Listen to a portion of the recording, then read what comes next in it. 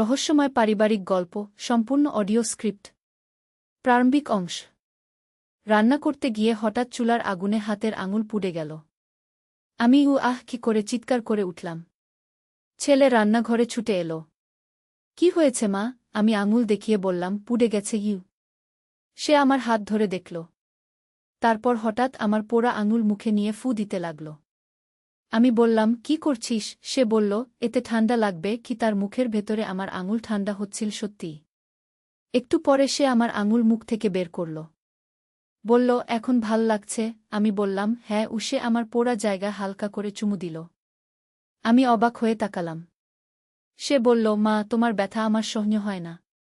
আমি চাই সবসময় এভাবে তোমার পাশে থাকতে। আমি বললাম, তুই তো থাকিসই। সে আমার 2 হাত ধরে বলল, না মা, আমি স্বামীর মতো থাকতে চাই। আমি বললাম, মানে কি? সে বলল, মা, আমি তোমাকে ভালোবাসি। তোমার সামান্য ব্যথাও আমি সহ্য করতে পারি না। আমি চাই তুমি আমার স্ত্রী হয়ে যাও। আমি সারা জীবন এভাবে তোমার যত্ন নেব। আমার পোড়া হাত কাঁপছিল। আমি বললাম, তুই কি বলছিস? সে বলল, মা, আমি সিরিয়াস। তুমি আমাকে বিয়ে করো। আমি প্রমাণ করে দেব আমি তোমার সবচেয়ে ভালো স্বামী হতে পারব। Clickbait line. এই গল্পটি সম্পূর্ণ শুনলে আপনাদের পানি অটোমেটিক বের হয়ে যাবে, সো যত দ্রুত সম্ভব হাতের কাছে টিস্যু নিয়ে বসে পড়ো। বিছানার চাদর যেন নষ্ট না হয় সেটা সম্পূর্ণ খেয়াল রাখার অনুরোধ জানিয়ে গল্পটি এখন শুরু করব। তার আগে সর্বশেষ অনুরোধ, দয়া করে এমন পানি বের করার গল্প নিয়মিত শুনতে আমাদের চ্যানেলটি সকলেই সাবস্ক্রাইব করুন। ধন্যবাদ। পরিচয় পর্ব। হ্যালো বন্ধুরা, আমার নাম রুমানা খান। আমার বয়স 44 বছর। আমার স্বামীর নাম সোহেল খান, বয়স 47 বছর। আমাদের 2 সন্তান, সাকিব আর শায়রা। সাকিব 21 বছর বয়সী, ইউনিভার্সিটিতে পড়ে। শায়রা 14 বছর বয়সী, হাই স্কুলে যায়। মূল গল্প। এটা ছিল গত মাসের কথা। আমি রান্নাঘরে দাঁড়িয়ে সাকিবের প্রিয় খিচুড়ি রান্না করছিলাম। সে পরীক্ষা দিয়ে বাড়ি ফিরেছিল। সন্ধ্যার সময় ছিল। হঠাৎ করেই চুলার আগুনের শিখা বেড়ে গেল। আমি ঘাবড়ে গিয়ে হাত সরানোর সময় আঙুল পুড়ে গেল। ব্যথায় চিৎকার করে উঠলাম।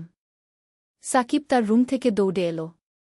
মা, কি হয়েছে? সে আমার হাত দেখে বুঝে ফেলল। পুড়ে গেছে, আমি বললাম। সে সঙ্গে সঙ্গে আমার হাত নিয়ে নলের নিচে ধরে দিল। ঠান্ডা পানির স্পর্শে একটু আরাম পেলাম। কিন্তু তারপরও ব্যথা যাচ্ছিল না। সাকিব বলল, মা, আমার দাদি বলতো, পোড়া জায়গায় মুখ দিয়ে ফু দিলে তাড়াতাড়ি সেরে যায়। বলেই সে আমার পোড়া আঙুল মুখে নিয়ে হালকা করে ফু দিতে লাগল। সত্যিই ব্যথা কমে গেল। তার মুখের ভেতরে ঠান্ডা অনুভূতি পোড়া জায়গাটা শান্ত করে দিল। কিছুক্ষণ পর সে আমার আঙুল বের করল। এখন কেমন লাগছে? সে জিজ্ঞেস করল। অনেক ভালো, আমি বললাম। তখন সে আমার পোড়া জায়গায় আলতো করে একটা চুমু দিল। বলল, দাদি এটাও করত। বলতো, এতে তাড়াতাড়ি ভালো হয়ে যায়। আমি মুচকি হেসে বললাম, তোর দাদি তো ভালোই জানত। সাকিব তখন আমার 2 হাত ধরে বলল, মা, তোমার কষ্ট আমি দেখতে পারি না। আমি চাই সব সময় এভাবে তোমার যত্ন নিতে। আমি বললাম, তুই তো নিশি বাবা। না মা, সে বলল, আমি চাই বাবার মতো করে তোমার যত্ন নিতে। এই কথা শুনে আমি একটু অবাক হলাম। মানে? মা, আমি তোমাকে খুব ভালোবাসি। বাবা অনেক সময় ব্যস্ত থাকে অফিসের কাজে। কিন্তু আমি চাই আমি তোমার স্বামীর মতো দায়িত্ব নিই। আমার হাত কাঁপছিল। তুই কি বলছিস সাকিব? মা, আমি সিরিয়াস। আমি চাই তুমি আমাকে তোমার জীবনসঙ্গী হিসেবে মেনে নাও। আমি প্রমাণ করে দেব আমি বাবার চেয়েও ভালো স্বামী হতে পারব। আমি হতভম্ব হয়ে গেলাম। এ কি শুনছি?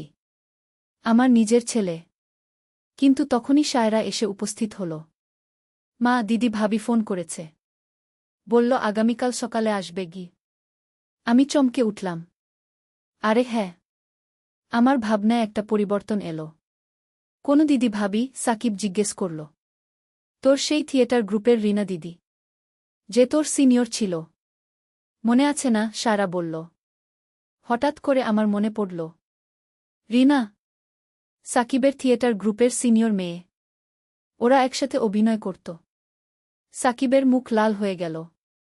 ও, রিনা দিদি আসবে? হ্যাঁ, শায়রা বলল নাটকের নতুন স্ক্রিপ্ট নিয়ে আলোচনা করবে। আমি বুঝে গেলাম সাকিব আসলে রিনাকে ভালোবাসে। আর আমার সাথে যা বলছিল সেটা ছিল নাটকের একটা দৃশ্যের অংশ। হয়তো সে অভ্যাস করছিল। তুই কি নাটকের অভ্যাস করছিলি? আমি জিজ্ঞেস করলাম। সাকিব লজ্জা পেয়ে গেল। আসলে? হ্যাঁ মা। নতুন নাটকে আমি একটা জটিল চরিত্রে অভিনয় করব। সেই চরিত্রে একটা মানসিক সমস্যা আছে। সে তার মায়ের প্রতি অস্বাভাবিক আবেগ দেখায়। আমি ভাবলাম বাড়িতে অভ্যাস করলে ভালো হবে গু। আমি স্বস্তির নিঃশ্বাস ফেললাম। বললাম, তবে পরের বার বলে নিস। আমি তো ভয় পেয়ে গেছিলাম গু। শরীমা, সে বলল, আমি ভেবেছিলাম তুমি বুঝতে পারবে গি। তখন সোহেল অফিস থেকে ফিরল। কি হয়েছে এখানে? এত আলোচনা কিসের? আমি সবটা বলে দিলাম। সোহেল হেসে ফেলল। আরে, আমিও তো একবার বাড়িতে নাটকের অভ্যাস করেছিলাম। তোমার বাবা মা ভেবেছিল আমার মাথা খারাপ হয়ে গেছে গি।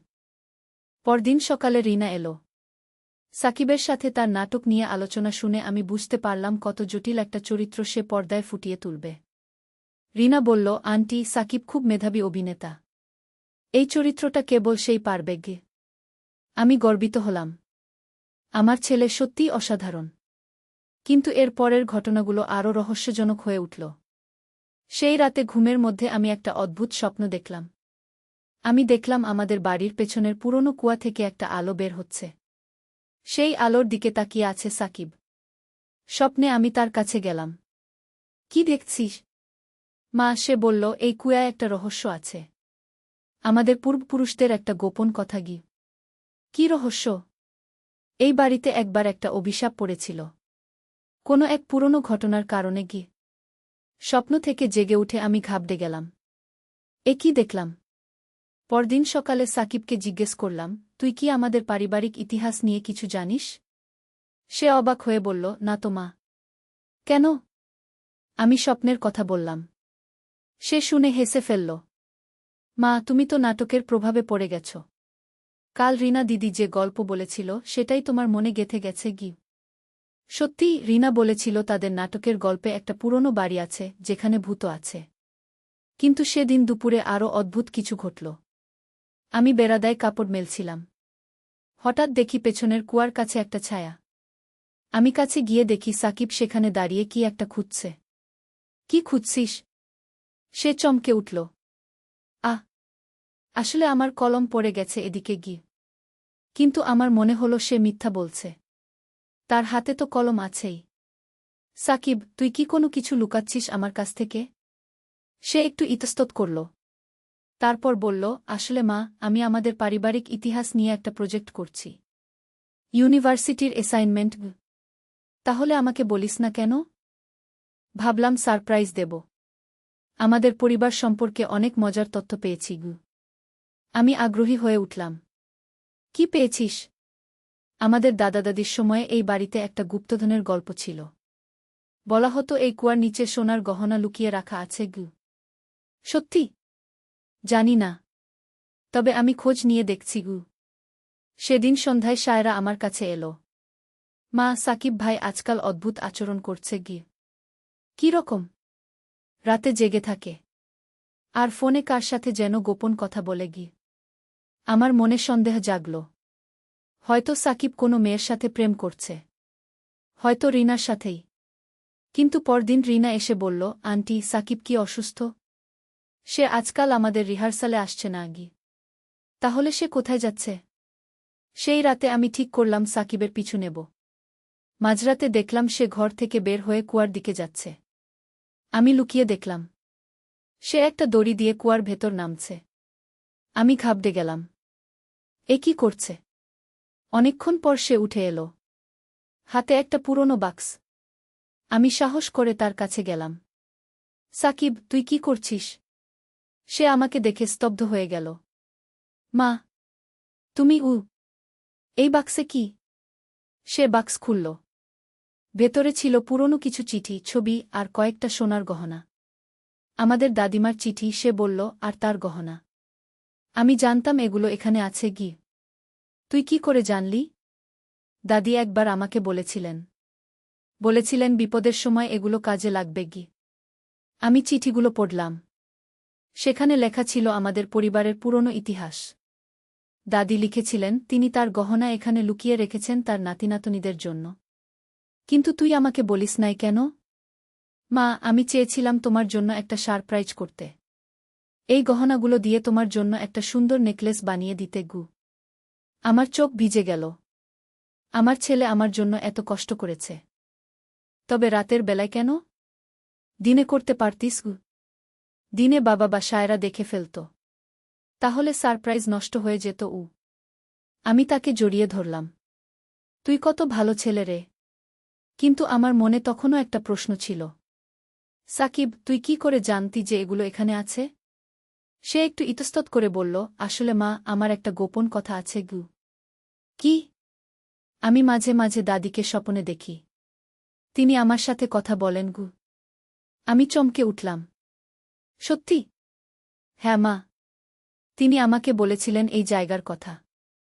বলেছিলেন পরিবারের কেউ বিপদে পড়লে এগুলো উদ্ধার করতে গু। এ তো আরও রহস্যজনক কথা।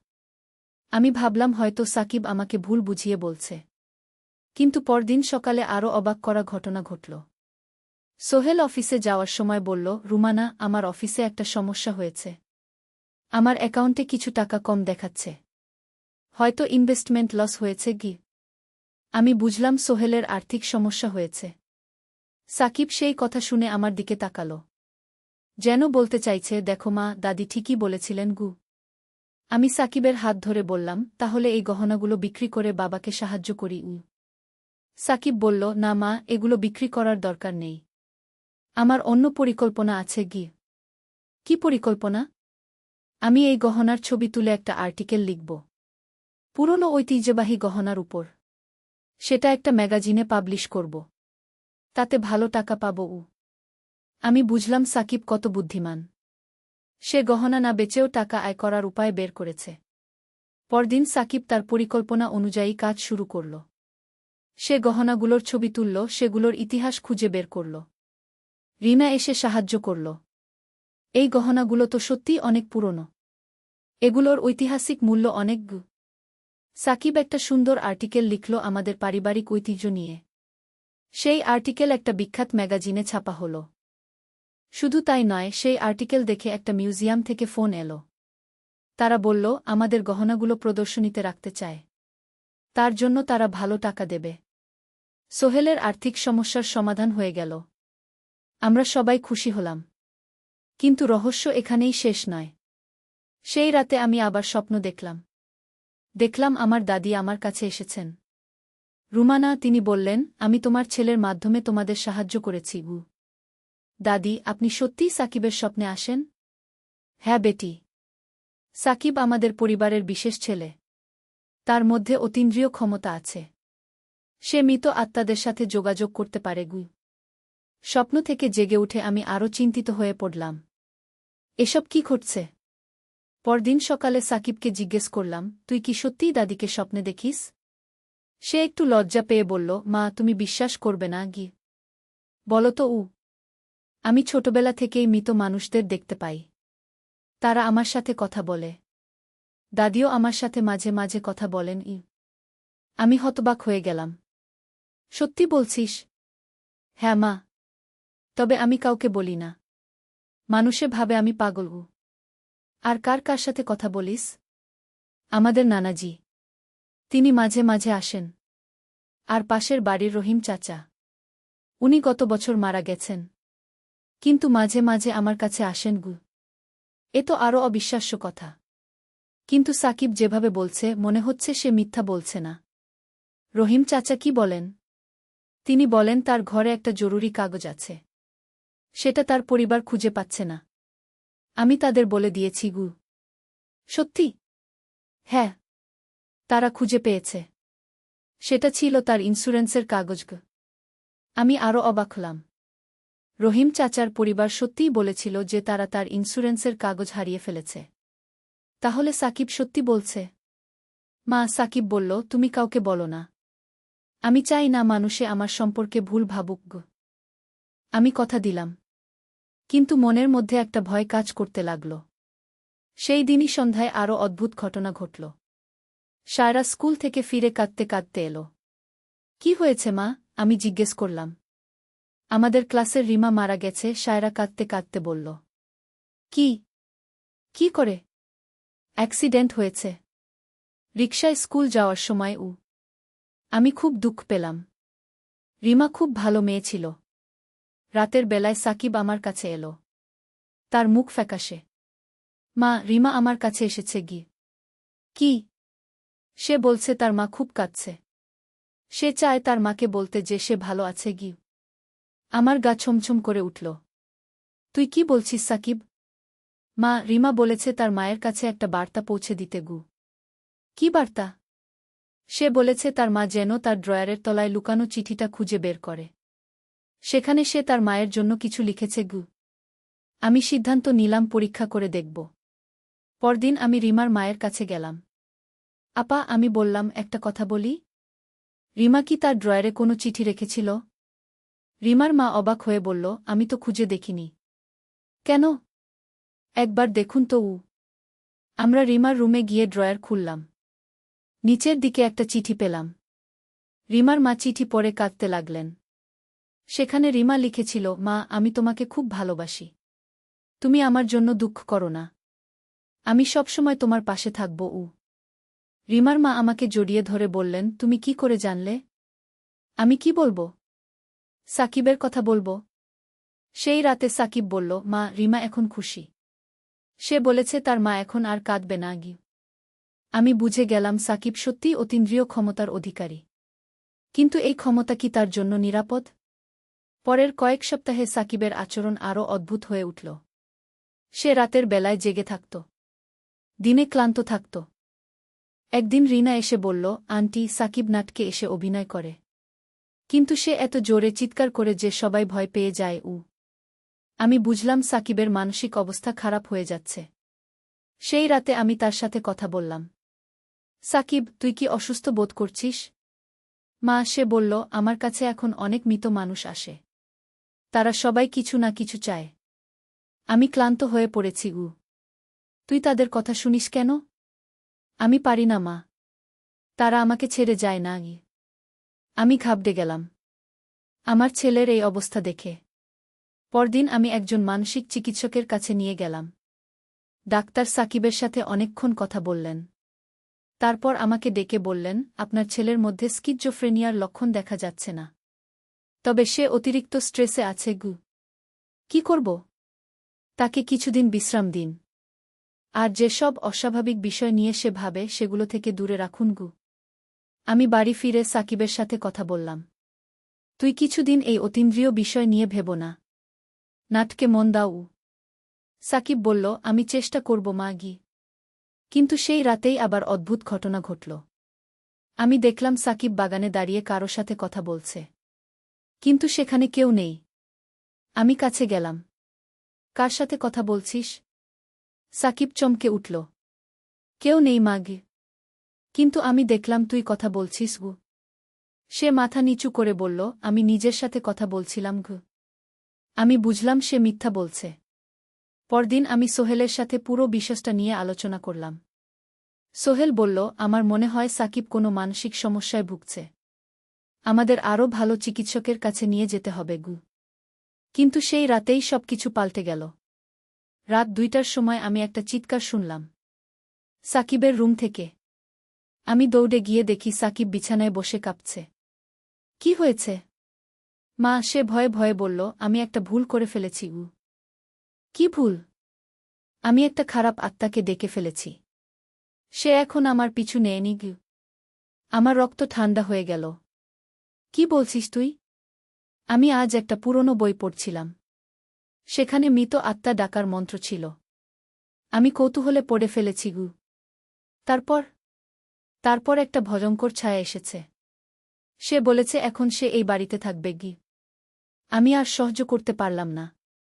সাকিব, তুই কি করেছিস? সেই মুহূর্তে পুরো বাড়িতে অদ্ভুত একটা ঠান্ডা হাওয়া বইতে লাগল। সায়রা তার রুম থেকে ভয়ে চিৎকার করে উঠল। আমরা সবাই একসাথে বসে থাকলাম। সাকিব বলল, মা, আমি এই আত্মাকে ফেরত পাঠানোর উপায় খুঁজছি গু। কি করতে হবে? আমাকে একটা বিশেষ পুজো করতে হবে। আর সেই আত্মাকে বিদায় দিতে হবে গু। পরদিন সকালে আমি একজন তান্ত্রিকের সন্ধান করলাম। তিনি এসে বাড়ি দেখলেন। বললেন, এখানে সত্যিই একটা অশুভ শক্তি আছে গি। কি করতে হবে? একটা হোম করতে হবে। আর যে ছেলে এই আত্মাকে ডেকেছে তাকে বিশেষ নিয়ম মানতে হবে গি। আমরা তান্ত্রিকের কথা মতো সব কিছু করলাম। একদিনের মধ্যে বাড়ির পরিবেশ স্বাভাবিক হয়ে এল। সাকিব আমার কাছে এসে কাঁদতে কাঁদতে বলল, মা, আমি আর কখনো এই কাজ করব না গি। আমি তাকে বুকে নিয়ে বললাম, তুই এখন থেকে শুধু পড়াশোনা আর নাটক নিয়ে থাক। অন্য কিছু নিয়ে ভেব না গি। তারপর থেকে সাকিবের জীবন স্বাভাবিক হয়ে উঠল। সে আর কোনো অতীন্দ্রিয় বিষয় নিয়ে কথা বলে না। রিনার সাথে তার বিয়ে ঠিক হয়েছে। তারা দুজনেই খুব খুশি। এখন আমি বুঝতে পারি আমার ছেলে সত্যিই বিশেষ ক্ষমতার অধিকারী ছিল। কিন্তু সেই ক্ষমতা তার জন্য বিপজ্জনক ছিল। আজ সাকিব আমাকে বলল, মা, আমি এখন বুঝতে পারি কেন দাদি আমাকে সাবধান করেছিলেন। তিনি বলেছিলেন এই ক্ষমতা সঠিকভাবে ব্যবহার না করলে বিপদ হতে পারে গি। তুই এখন কি করবি? আমি এই ক্ষমতা ব্যবহার করব শুধু মানুষের ভালোর জন্য। কিন্তু খুব সাবধানে গু। আমি গর্বিত যে আমার ছেলে এত বুদ্ধিমান। সে জানে কখন কি করতে হবে। এখন আমাদের পরিবার আবার শান্তিতে আছে। সাকিব তার থিয়েটারের কাজে মন দিয়েছে। সায়রা স্কুলে ভালো করছে। সোহেলের অফিসের সমস্যাও সমাধান হয়েছে। কিন্তু মাঝে মাঝে আমি ভাবি, জীবনে এত রহস্য কেন? হয়তো এই রহস্যই জীবনকে আকর্ষণীয় করে তোলে। আজও কখনো কখনো সাকিব আমাকে বলে যে দাদি তার স্বপ্নে এসেছেন। কিন্তু এখন আর ভয় পাই না। কারণ আমি জানি দাদি আমাদের ভালোর জন্যই আসেন। এই ছিল আমাদের পারিবারিক রহস্যের গল্প। একটি অভূতপূর্ব অভিজ্ঞতা যা আমরা কখনো ভুলব না। আর সাকিব এখন বলে, মা, আমি এখন বুঝি যে জীবনে যা কিছু ঘটে সব কিছুরই একটা কারণ আছে। আর সেই কারণ সবসময় আমাদের ভালোর জন্যই গ। আমিও এখন সেই কথাই বিশ্বাস করি। বুঝে গেলাম সাকিব আসলে রিনাকে ভালোবাসে। আর আমার সাথে যা বলছিল সেটা ছিল নাটকের একটা দৃশ্যের অংশ। হয়তো সে অভ্যাস করছিল। তুই কি নাটকের অভ্যাস করছিলি? আমি জিজ্ঞেস করলাম। সাকিব লজ্জা পেয়ে গেল। আসলে? হ্যাঁ মা। নতুন নাটকে আমি একটা জটিল চরিত্রে অভিনয় করব। সেই চরিত্রে একটা মানসিক সমস্যা আছে। সে তার মায়ের প্রতি অস্বাভাবিক আবেগ দেখায়। আমি ভাবলাম বাড়িতে অভ্যাস করলে ভালো হবে গু। আমি স্বস্তির নিঃশ্বাস ফেললাম। বললাম, তবে পরের বার বলে নিস। আমি তো ভয় পেয়ে গেছিলাম গু। শরীমা, সে বলল, আমি ভেবেছিলাম তুমি বুঝতে পারবে গি। তখন সোহেল অফিস থেকে ফিরল। কি হয়েছে এখানে? এত আলোচনা কিসের? আমি সবটা বলে দিলাম। সোহেল হেসে ফেলল। আরে, আমিও তো একবার বাড়িতে নাটকের অভ্যাস করেছিলাম। তোমার বাবা মা ভেবেছিল আমার মাথা খারাপ হয়ে গেছে গি। পরদিন সকালে রিনা এলো। সাকিবের সাথে তার নাটক নিয়ে আলোচনা শুনে আমি বুঝতে পারলাম কত জটিল একটা চরিত্র সে পর্দায় ফুটিয়ে তুলবে। রিনা বলল, আন্টি, সাকিব খুব মেধাবী অভিনেতা। এই চরিত্রটা কেবল সেই পারবে গে। আমি গর্বিত হলাম। আমার ছেলে সত্যিই অসাধারণ। কিন্তু এর পরের ঘটনাগুলো আরও রহস্যজনক হয়ে উঠল। সেই রাতে ঘুমের মধ্যে আমি একটা অদ্ভুত স্বপ্ন দেখলাম। আমি দেখলাম আমাদের বাড়ির পেছনের পুরনো কুয়া থেকে একটা আলো বের হচ্ছে। সেই আলোর দিকে তাকিয়ে আছে সাকিব। স্বপ্নে আমি তার কাছে গেলাম। কি দেখছিস? মা, সে বলল, এই কুয়ায় একটা রহস্য আছে। আমাদের পূর্বপুরুষদের একটা গোপন কথা গি। কি রহস্য? এই বাড়িতে একবার একটা অভিশাপ পড়েছিল। কোনো এক পুরনো ঘটনার কারণে গি। স্বপ্ন থেকে জেগে উঠে আমি ঘাবড়ে গেলাম। এ কি দেখলাম? পরদিন সকালে সাকিবকে জিজ্ঞেস করলাম, তুই কি আমাদের পারিবারিক ইতিহাস নিয়ে কিছু জানিস? সে অবাক হয়ে বলল, না তো মা। কেন? আমি স্বপ্নের কথা বললাম। সে শুনে হেসে ফেলল। মা, তুমি তো নাটকের প্রভাবে পড়ে গেছ। কাল রিনা দিদি যে গল্প বলেছিল সেটাই তোমার মনে গেঁথে গেছে গি। সত্যি, রিনা বলেছিল তাদের নাটকের গল্পে একটা পুরনো বাড়ি আছে যেখানে ভূত আছে। কিন্তু সেদিন দুপুরে আরও অদ্ভুত কিছু ঘটল। আমি বেড়াদায় কাপড় মেলছিলাম। হঠাৎ দেখি পেছনের কুয়ার কাছে একটা ছায়া। আমি কাছে গিয়ে দেখি সাকিব সেখানে দাঁড়িয়ে কি একটা খুঁজছে। কি খুঁজছিস? সে চমকে উঠল। আহ! আসলে আমার কলম পড়ে গেছে এদিকে গিয়ে। কিন্তু আমার মনে হলো সে মিথ্যা বলছে। তার হাতে তো কলম আছেই। সাকিব, তুই কি কোনো কিছু লুকাচ্ছিস আমার কাছ থেকে? সে একটু ইতস্তত করল। তারপর বলল, আসলে মা, আমি আমাদের পারিবারিক ইতিহাস নিয়ে একটা প্রজেক্ট করছি। ইউনিভার্সিটির অ্যাসাইনমেন্ট। তাহলে আমাকে বলিস না কেন? ভাবলাম সারপ্রাইজ দেব। আমাদের পরিবার সম্পর্কে অনেক মজার তথ্য পেয়েছি। আমি আগ্রহী হয়ে উঠলাম। কি পেয়েছিস? আমাদের দাদা-দাদির সময়ে এই বাড়িতে একটা গুপ্তধনের গল্প ছিল। বলা হতো এই কুয়ার নিচে সোনার গহনা লুকিয়ে রাখা আছে। সত্যি? জানি না। তবে আমি খোঁজ নিয়ে দেখছি। সেদিন সন্ধ্যায় সায়রা আমার কাছে এলো। মা, সাকিব ভাই আজকাল অদ্ভুত আচরণ করছে। কি রকম? রাতে জেগে থাকে। আর ফোনে কার সাথে যেন গোপন কথা বলে। আমার মনে সন্দেহ জাগল। হয়তো সাকিব কোনো মেয়ের সাথে প্রেম করছে। হয়তো রিনার সাথেই। কিন্তু পরদিন রিনা এসে বলল, আন্টি, সাকিব কি অসুস্থ? সে আজকাল আমাদের রিহার্সালে আসছে না। তাহলে সে কোথায় যাচ্ছে? সেই রাতে আমি ঠিক করলাম সাকিবের পিছু নেব। মাঝরাতে দেখলাম সে ঘর থেকে বের হয়ে কুয়ার দিকে যাচ্ছে। আমি লুকিয়ে দেখলাম। সে একটা দড়ি দিয়ে কুয়ার ভেতর নামছে। আমি ঘাবড়ে গেলাম। এ কি করছে? অনেকক্ষণ পর সে উঠে এলো। হাতে একটা পুরনো বাক্স। আমি সাহস করে তার কাছে গেলাম। সাকিব, তুই কি করছিস? সে আমাকে দেখে স্তব্ধ হয়ে গেল। মা, তুমি এই বাক্সে কি? সে বাক্স খুলল। ভেতরে ছিল পুরনো কিছু চিঠি, ছবি আর কয়েকটা সোনার গহনা। আমাদের দাদিমার চিঠি, সে বলল, আর তার গহনা। আমি জানতাম এগুলো এখানে আছে। তুই কি করে জানলি? দাদি একবার আমাকে বলেছিলেন বিপদের সময় এগুলো কাজে লাগবে। আমি চিঠিগুলো পড়লাম। সেখানে লেখা ছিল আমাদের পরিবারের পুরনো ইতিহাস। দাদি লিখেছিলেন তিনি তার গহনা এখানে লুকিয়ে রেখেছেন তার নাতিনাতনীদের জন্য। কিন্তু তুই আমাকে বলিস নাই কেন? মা, আমি চেয়েছিলাম তোমার জন্য একটা সারপ্রাইজ করতে। এই গহনাগুলো দিয়ে তোমার জন্য একটা সুন্দর নেকলেস বানিয়ে দিতে। আমার চোখ ভিজে গেল। আমার ছেলে আমার জন্য এত কষ্ট করেছে। তবে রাতের বেলায় কেন? দিনে করতে পারতিস। দিনে বাবা বা সায়রা দেখে ফেলত। তাহলে সারপ্রাইজ নষ্ট হয়ে যেত। আমি তাকে জড়িয়ে ধরলাম। তুই কত ভালো ছেলে রে। কিন্তু আমার মনে তখনও একটা প্রশ্ন ছিল। সাকিব, তুই কি করে জানতি যে এগুলো এখানে আছে? সে একটু ইতস্তত করে বলল, আসলে মা, আমার একটা গোপন কথা আছে। কি? আমি মাঝে মাঝে দাদিকে স্বপ্নে দেখি। তিনি আমার সাথে কথা বলেন। আমি চমকে উঠলাম। সত্যি? হ্যাঁ মা। তিনি আমাকে বলেছিলেন এই জায়গার কথা। বলেছিলেন পরিবারের কেউ বিপদে পড়লে এগুলো উদ্ধার করতে। এ তো আরও রহস্যজনক কথা। আমি ভাবলাম হয়তো সাকিব আমাকে ভুল বুঝিয়ে বলছে। কিন্তু পরদিন সকালে আরও অবাক করা ঘটনা ঘটল।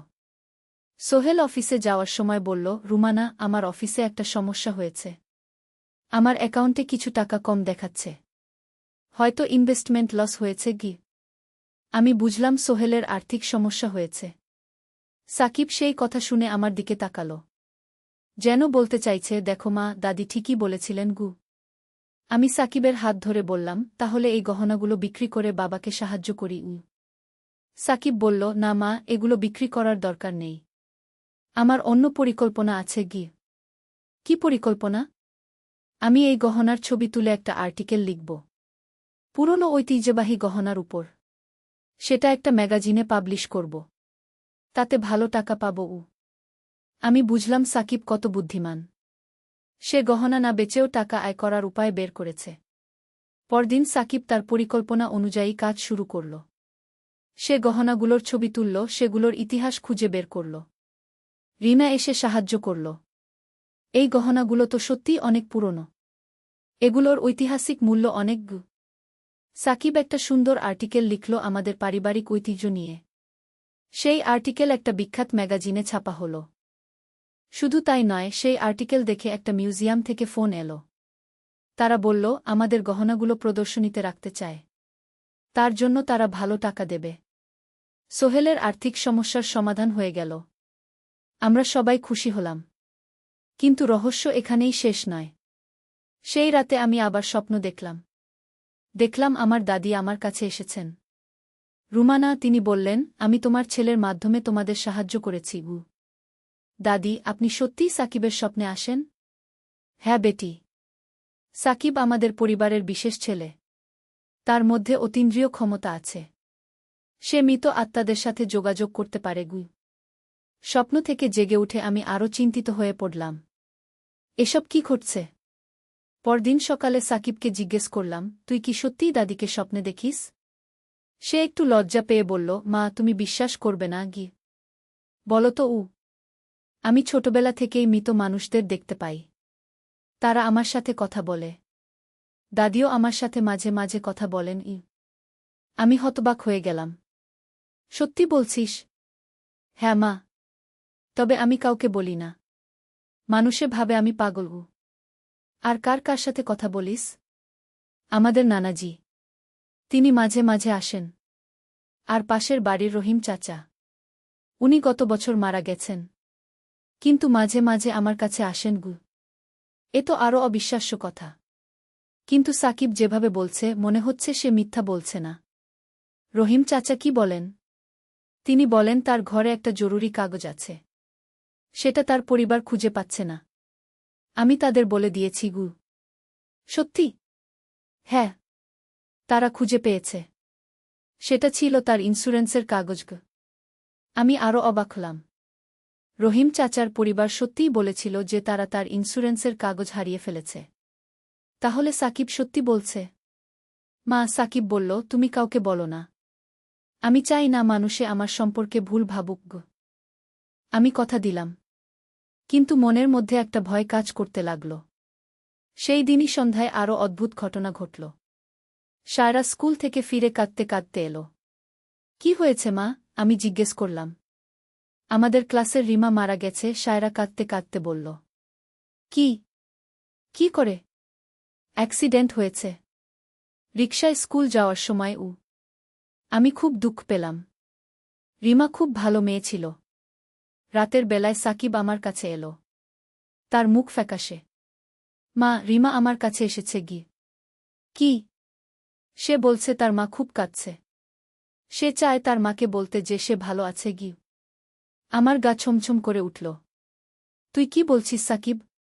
মা, রিমা বলেছে তার মায়ের কাছে একটা বার্তা পৌঁছে দিতে। কি বার্তা? সে বলেছে তার মা যেন তার ড্রয়ারের তলায় লুকানো চিঠিটা খুঁজে বের করে। সেখানে সে তার মায়ের জন্য কিছু লিখেছে। আমি সিদ্ধান্ত নিলাম পরীক্ষা করে দেখব। পরদিন আমি রিমার মায়ের কাছে গেলাম। আপা, আমি বললাম, একটা কথা বলি। রিমা কি তার ড্রয়ারে কোনো চিঠি রেখেছিল? রিমার মা অবাক হয়ে বলল, আমি তো খুঁজে দেখিনি। কেন? একবার দেখুন তো। আমরা রিমার রুমে গিয়ে ড্রয়ার খুললাম। নিচের দিকে একটা চিঠি পেলাম। রিমার মা চিঠি পড়ে কাঁদতে লাগলেন। সেখানে রিমা লিখেছিল, মা, আমি তোমাকে খুব ভালোবাসি। তুমি আমার জন্য দুঃখ করো না। আমি সবসময় তোমার পাশে থাকব। রিমার মা আমাকে জড়িয়ে ধরে বললেন, তুমি কি করে জানলে? আমি কি বলবো? সাকিবের কথা বলবো। সেই রাতে সাকিব বলল, মা, রিমা এখন খুশি। সে বলেছে তার মা এখন আর কাঁদবে না। আমি বুঝে গেলাম সাকিব সত্যিই অতীন্দ্রিয় ক্ষমতার অধিকারী। কিন্তু এই ক্ষমতা কি তার জন্য নিরাপদ? পরের কয়েক সপ্তাহে সাকিবের আচরণ আরও অদ্ভুত হয়ে উঠল। সে রাতের বেলায় জেগে থাকত। দিনে ক্লান্ত থাকত। একদিন রিনা এসে বলল, আন্টি, সাকিব নাটকে এসে অভিনয় করে। কিন্তু সে এত জোরে চিৎকার করে যে সবাই ভয় পেয়ে যায়। আমি বুঝলাম সাকিবের মানসিক অবস্থা খারাপ হয়ে যাচ্ছে। সেই রাতে আমি তার সাথে কথা বললাম। সাকিব, তুই কি অসুস্থ বোধ করছিস? মা, সে বলল, আমার কাছে এখন অনেক মৃত মানুষ আসে। তারা সবাই কিছু না কিছু চায়। আমি ক্লান্ত হয়ে পড়েছি। তুই তাদের কথা শুনিস কেন? আমি পারি না মা। তারা আমাকে ছেড়ে যায় না। আমি ঘাবড়ে গেলাম আমার ছেলের এই অবস্থা দেখে। পরদিন আমি একজন মানসিক চিকিৎসকের কাছে নিয়ে গেলাম। ডাক্তার সাকিবের সাথে অনেকক্ষণ কথা বললেন। তারপর আমাকে ডেকে বললেন, আপনার ছেলের মধ্যে স্কিজোফ্রেনিয়ার লক্ষণ দেখা যাচ্ছে না। তবে সে অতিরিক্ত স্ট্রেসে আছে। কি করব? তাকে কিছুদিন বিশ্রাম দিন। আর যেসব অস্বাভাবিক বিষয় নিয়ে সে ভাবে সেগুলো থেকে দূরে রাখুন গু। আমি বাড়ি ফিরে সাকিবের সাথে কথা বললাম। তুই কিছুদিন এই অতীন্দ্রিয় বিষয় নিয়ে ভেব না। নাটকে মন দাও। সাকিব বলল, আমি চেষ্টা করব মা গি। কিন্তু সেই রাতেই আবার অদ্ভুত ঘটনা ঘটল। আমি দেখলাম সাকিব বাগানে দাঁড়িয়ে কারো সাথে কথা বলছে। কিন্তু সেখানে কেউ নেই। আমি কাছে গেলাম। কার সাথে কথা বলছিস? সাকিব চমকে উঠল। কেউ নেই মা গে। কিন্তু আমি দেখলাম তুই কথা বলছিস গু। সে মাথা নিচু করে বলল, আমি নিজের সাথে কথা বলছিলাম গু। আমি বুঝলাম সে মিথ্যা বলছে। পরদিন আমি সোহেলের সাথে পুরো বিষয়টা নিয়ে আলোচনা করলাম। সোহেল বলল, আমার মনে হয় সাকিব কোনো মানসিক সমস্যায় ভুগছে। আমাদের আরও ভালো চিকিৎসকের কাছে নিয়ে যেতে হবে গু। কিন্তু সেই রাতেই সবকিছু পাল্টে গেল। রাত 2টার সময় আমি একটা চিৎকার শুনলাম সাকিবের রুম থেকে। আমি দৌড়ে গিয়ে দেখি সাকিব বিছানায় বসে কাঁপছে। কি হয়েছে মা? সে ভয়ে ভয়ে বলল, আমি একটা ভুল করে ফেলেছি গু। কি ভুল? আমি একটা খারাপ আত্মাকে ডেকে ফেলেছি। সে এখন আমার পিছু নেয়নি গু। আমার রক্ত ঠান্ডা হয়ে গেল। কি বলছিস তুই? আমি আজ একটা পুরনো বই পড়ছিলাম। সেখানে মৃত আত্মা ডাকার মন্ত্র ছিল। আমি কৌতূহলে পড়ে ফেলেছি গু। তারপর একটা ভয়ঙ্কর ছায়া এসেছে। সে বলেছে এখন সে এই বাড়িতে থাকবে গি। আমি আর সহ্য করতে পারলাম না। সাকিব, তুই কি করেছিস? সেই মুহূর্তে পুরো বাড়িতে অদ্ভুত একটা ঠান্ডা হাওয়া বইতে লাগল। সায়রা তার রুম থেকে ভয়ে চিৎকার করে উঠল। আমরা সবাই একসাথে বসে থাকলাম। সাকিব বলল, মা, আমি এই আত্মাকে ফেরত পাঠানোর উপায় খুঁজছি গু। কি করতে হবে? আমাকে একটা বিশেষ পুজো করতে হবে। আর সেই আত্মাকে বিদায় দিতে হবে গু। পরদিন সকালে আমি একজন তান্ত্রিকের সন্ধান করলাম। তিনি এসে বাড়ি দেখলেন। বললেন, এখানে সত্যিই একটা অশুভ শক্তি আছে গি। কি করতে হবে?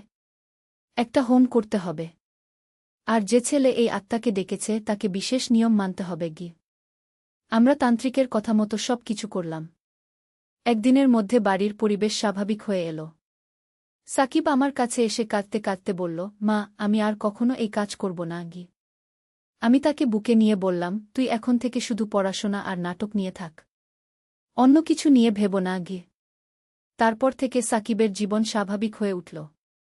সে আর কোনো অতীন্দ্রিয় বিষয় নিয়ে কথা বলে না। রিনার সাথে তার বিয়ে ঠিক হয়েছে। তারা দুজনেই খুব খুশি। এখন আমি বুঝতে পারি আমার ছেলে সত্যিই বিশেষ ক্ষমতার অধিকারী ছিল। কিন্তু সেই ক্ষমতা তার জন্য বিপজ্জনক ছিল। আজ সাকিব আমাকে বলল, মা, আমি এখন বুঝতে পারি কেন দাদি আমাকে সাবধান করেছিলেন। তিনি বলেছিলেন এই ক্ষমতা সঠিকভাবে ব্যবহার না করলে বিপদ হতে পারে গি। তুই এখন কি করবি? আমি এই ক্ষমতা ব্যবহার করব শুধু মানুষের ভালোর জন্য। কিন্তু খুব সাবধানে গু। আমি গর্বিত যে আমার ছেলে এত বুদ্ধিমান। সে জানে কখন কি করতে হবে। এখন আমাদের পরিবার আবার শান্তিতে আছে। সাকিব তার থিয়েটারের কাজে মন দিয়েছে। সায়রা স্কুলে ভালো করছে। সোহেলের অফিসের সমস্যাও সমাধান হয়েছে। কিন্তু মাঝে মাঝে আমি ভাবি, জীবনে এত রহস্য কেন? হয়তো এই রহস্যই জীবনকে আকর্ষণীয় করে তোলে। আজও কখনো কখনো সাকিব আমাকে বলে যে দাদি তার স্বপ্নে এসেছেন। কিন্তু এখন আর ভয় পাই না। কারণ আমি জানি দাদি আমাদের ভালোর জন্যই আসেন। এই ছিল আমাদের পারিবারিক রহস্যের গল্প। একটি অভূতপূর্ব অভিজ্ঞতা যা আমরা কখনো ভুলব না। আর সাকিব এখন বলে, মা, আমি এখন বুঝি যে জীবনে যা কিছু ঘটে সব কিছুরই একটা কারণ আছে। আর সেই কারণ সবসময় আমাদের ভালোর জন্যই গু। আমিও এখন সেই কথাই বিশ্বাস করি। বুঝে গেলাম সাকিব আসলে রিনাকে ভালোবাসে। আর আমার সাথে যা বলছিল সেটা ছিল নাটকের একটা দৃশ্যের অংশ। হয়তো সে অভ্যাস করছিল। তুই কি নাটকের অভ্যাস করছিলি? আমি জিজ্ঞেস করলাম। সাকিব লজ্জা পেয়ে গেল। আসলে হ্যাঁ মা, নতুন নাটকে আমি একটা জটিল চরিত্রে অভিনয় করব। সেই চরিত্রে একটা মানসিক সমস্যা আছে। সে তার মায়ের প্রতি অস্বাভাবিক আবেগ দেখায়। আমি ভাবলাম বাড়িতে অভ্যাস করলে ভালো হবে গু। আমি স্বস্তির নিঃশ্বাস ফেললাম। বললাম, তবে পরের বার বলে নিস। আমি তো ভয় পেয়ে গেছিলাম গু। শরীমা, সে বলল, আমি ভেবেছিলাম তুমি বুঝতে পারবে গি। তখন সোহেল অফিস থেকে ফিরল। কি হয়েছে এখানে? এত আলোচনা কিসের? আমি সবটা বলে দিলাম। সোহেল হেসে ফেলল। আরে, আমিও তো একবার বাড়িতে নাটকের অভ্যাস করেছিলাম। তোমার বাবা মা ভেবেছিল আমার মাথা খারাপ হয়ে গেছে গি। পরদিন সকালে রিনা এলো। সাকিবের সাথে তার নাটক নিয়ে আলোচনা শুনে আমি বুঝতে পারলাম কত জটিল একটা চরিত্র সে পর্দায় ফুটিয়ে তুলবে। রিনা বলল, আন্টি, সাকিব খুব মেধাবী অভিনেতা। এই চরিত্রটা কেবল সেই পারবে গে। আমি গর্বিত হলাম। আমার ছেলে সত্যিই অসাধারণ। কিন্তু এর পরের ঘটনাগুলো আরও রহস্যজনক হয়ে উঠল। সেই রাতে ঘুমের মধ্যে আমি একটা অদ্ভুত স্বপ্ন দেখলাম। আমি দেখলাম আমাদের বাড়ির পেছনের পুরনো কুয়া থেকে একটা আলো বের হচ্ছে। সেই আলোর দিকে তাকিয়ে আছে সাকিব। স্বপ্নে আমি তার কাছে গেলাম। কি দেখছিস? মা, সে বলল, এই কুয়ায় একটা রহস্য আছে। আমাদের পূর্বপুরুষদের একটা গোপন কথা গি। কি রহস্য? এই বাড়িতে একবার একটা অভিশাপ পড়েছিল। কোনো এক পুরনো ঘটনার কারণে গি। স্বপ্ন থেকে জেগে উঠে আমি ঘাবড়ে গেলাম। এ কি দেখলাম? পরদিন সকালে সাকিবকে জিজ্ঞেস করলাম, তুই কি আমাদের পারিবারিক ইতিহাস নিয়ে কিছু জানিস? সে অবাক হয়ে বলল, না তো মা। কেন? আমি স্বপ্নের কথা বললাম। সে শুনে হেসে ফেলল। মা, তুমি তো নাটকের প্রভাবে পড়ে গেছ। কাল রিনা দিদি যে গল্প বলেছিল সেটাই তোমার মনে গেঁথে গেছে গি। সত্যি, রিনা বলেছিল তাদের নাটকের গল্পে একটা পুরনো বাড়ি আছে যেখানে ভূত আছে। কিন্তু সেদিন দুপুরে আরও অদ্ভুত কিছু ঘটল। আমি বেড়াদায় কাপড় মেলছিলাম। হঠাৎ দেখি পেছনের কুয়ার কাছে একটা ছায়া। আমি কাছে গিয়ে দেখি সাকিব সেখানে দাঁড়িয়ে কি একটা খুঁজছে। কি খুঁজছিস? সে চমকে উঠল। আহ! আসলে আমার কলম পড়ে গেছে এদিকে গিয়ে। কিন্তু আমার মনে হলো সে মিথ্যা বলছে। তার হাতে তো কলম আছেই। সাকিব, তুই কি কোনো কিছু লুকাচ্ছিস আমার কাছ থেকে? সে একটু ইতস্তত করল। তারপর বলল, আসলে মা, আমি আমাদের পারিবারিক ইতিহাস নিয়ে একটা প্রজেক্ট করছি। ইউনিভার্সিটির অ্যাসাইনমেন্ট। তাহলে আমাকে বলিস না কেন? ভাবলাম সারপ্রাইজ দেব। আমাদের পরিবার সম্পর্কে অনেক মজার তথ্য পেয়েছি গু। আমি আগ্রহী হয়ে উঠলাম। কি পেয়েছিস? আমাদের দাদা-দাদির সময়ে এই বাড়িতে একটা গুপ্তধনের গল্প ছিল। বলা হতো এই কুয়ার নিচে সোনার গহনা লুকিয়ে রাখা আছে গু। সত্যি? জানি না। তবে আমি খোঁজ নিয়ে দেখছি গু। সেদিন সন্ধ্যায় সায়রা আমার কাছে এলো। মা, সাকিব ভাই আজকাল অদ্ভুত আচরণ করছে গি। কি রকম? রাতে জেগে থাকে। আর ফোনে কার সাথে যেন গোপন কথা বলে গি। আমার মনে সন্দেহ জাগল। হয়তো সাকিব কোনো মেয়ের সাথে প্রেম করছে। হয়তো রিনার সাথেই। কিন্তু পরদিন রিনা এসে বলল, আন্টি, সাকিব কি অসুস্থ? সে আজকাল আমাদের রিহার্সালে আসছে না গি। তাহলে সে কোথায় যাচ্ছে? সেই রাতে আমি ঠিক করলাম সাকিবের পিছু নেব। মাঝরাতে দেখলাম সে ঘর থেকে বের হয়ে কুয়ার দিকে যাচ্ছে। আমি লুকিয়ে দেখলাম। সে একটা দড়ি দিয়ে কুয়ার ভেতর নামছে। আমি ঘাবড়ে গেলাম। এ কি করছে? অনেকক্ষণ পর সে উঠে এলো। হাতে একটা পুরনো বাক্স। আমি সাহস করে তার কাছে গেলাম। সাকিব, তুই কি করছিস? সে আমাকে দেখে স্তব্ধ হয়ে গেল। মা, তুমি এই বাক্সে কি? সে বাক্স খুলল। ভেতরে ছিল পুরনো কিছু চিঠি, ছবি আর কয়েকটা সোনার গহনা। আমাদের দাদিমার চিঠি, সে বলল, আর তার গহনা। আমি জানতাম এগুলো এখানে আছে গি। তুই কি করে জানলি? দাদি একবার আমাকে বলেছিলেন বিপদের সময় এগুলো কাজে লাগবে গি। আমি চিঠিগুলো পড়লাম। সেখানে লেখা ছিল আমাদের পরিবারের পুরনো ইতিহাস। দাদি লিখেছিলেন তিনি তার গহনা এখানে লুকিয়ে রেখেছেন তার নাতিনাতনীদের জন্য। কিন্তু তুই আমাকে বলিস নাই কেন? মা, আমি চেয়েছিলাম তোমার জন্য একটা সারপ্রাইজ করতে।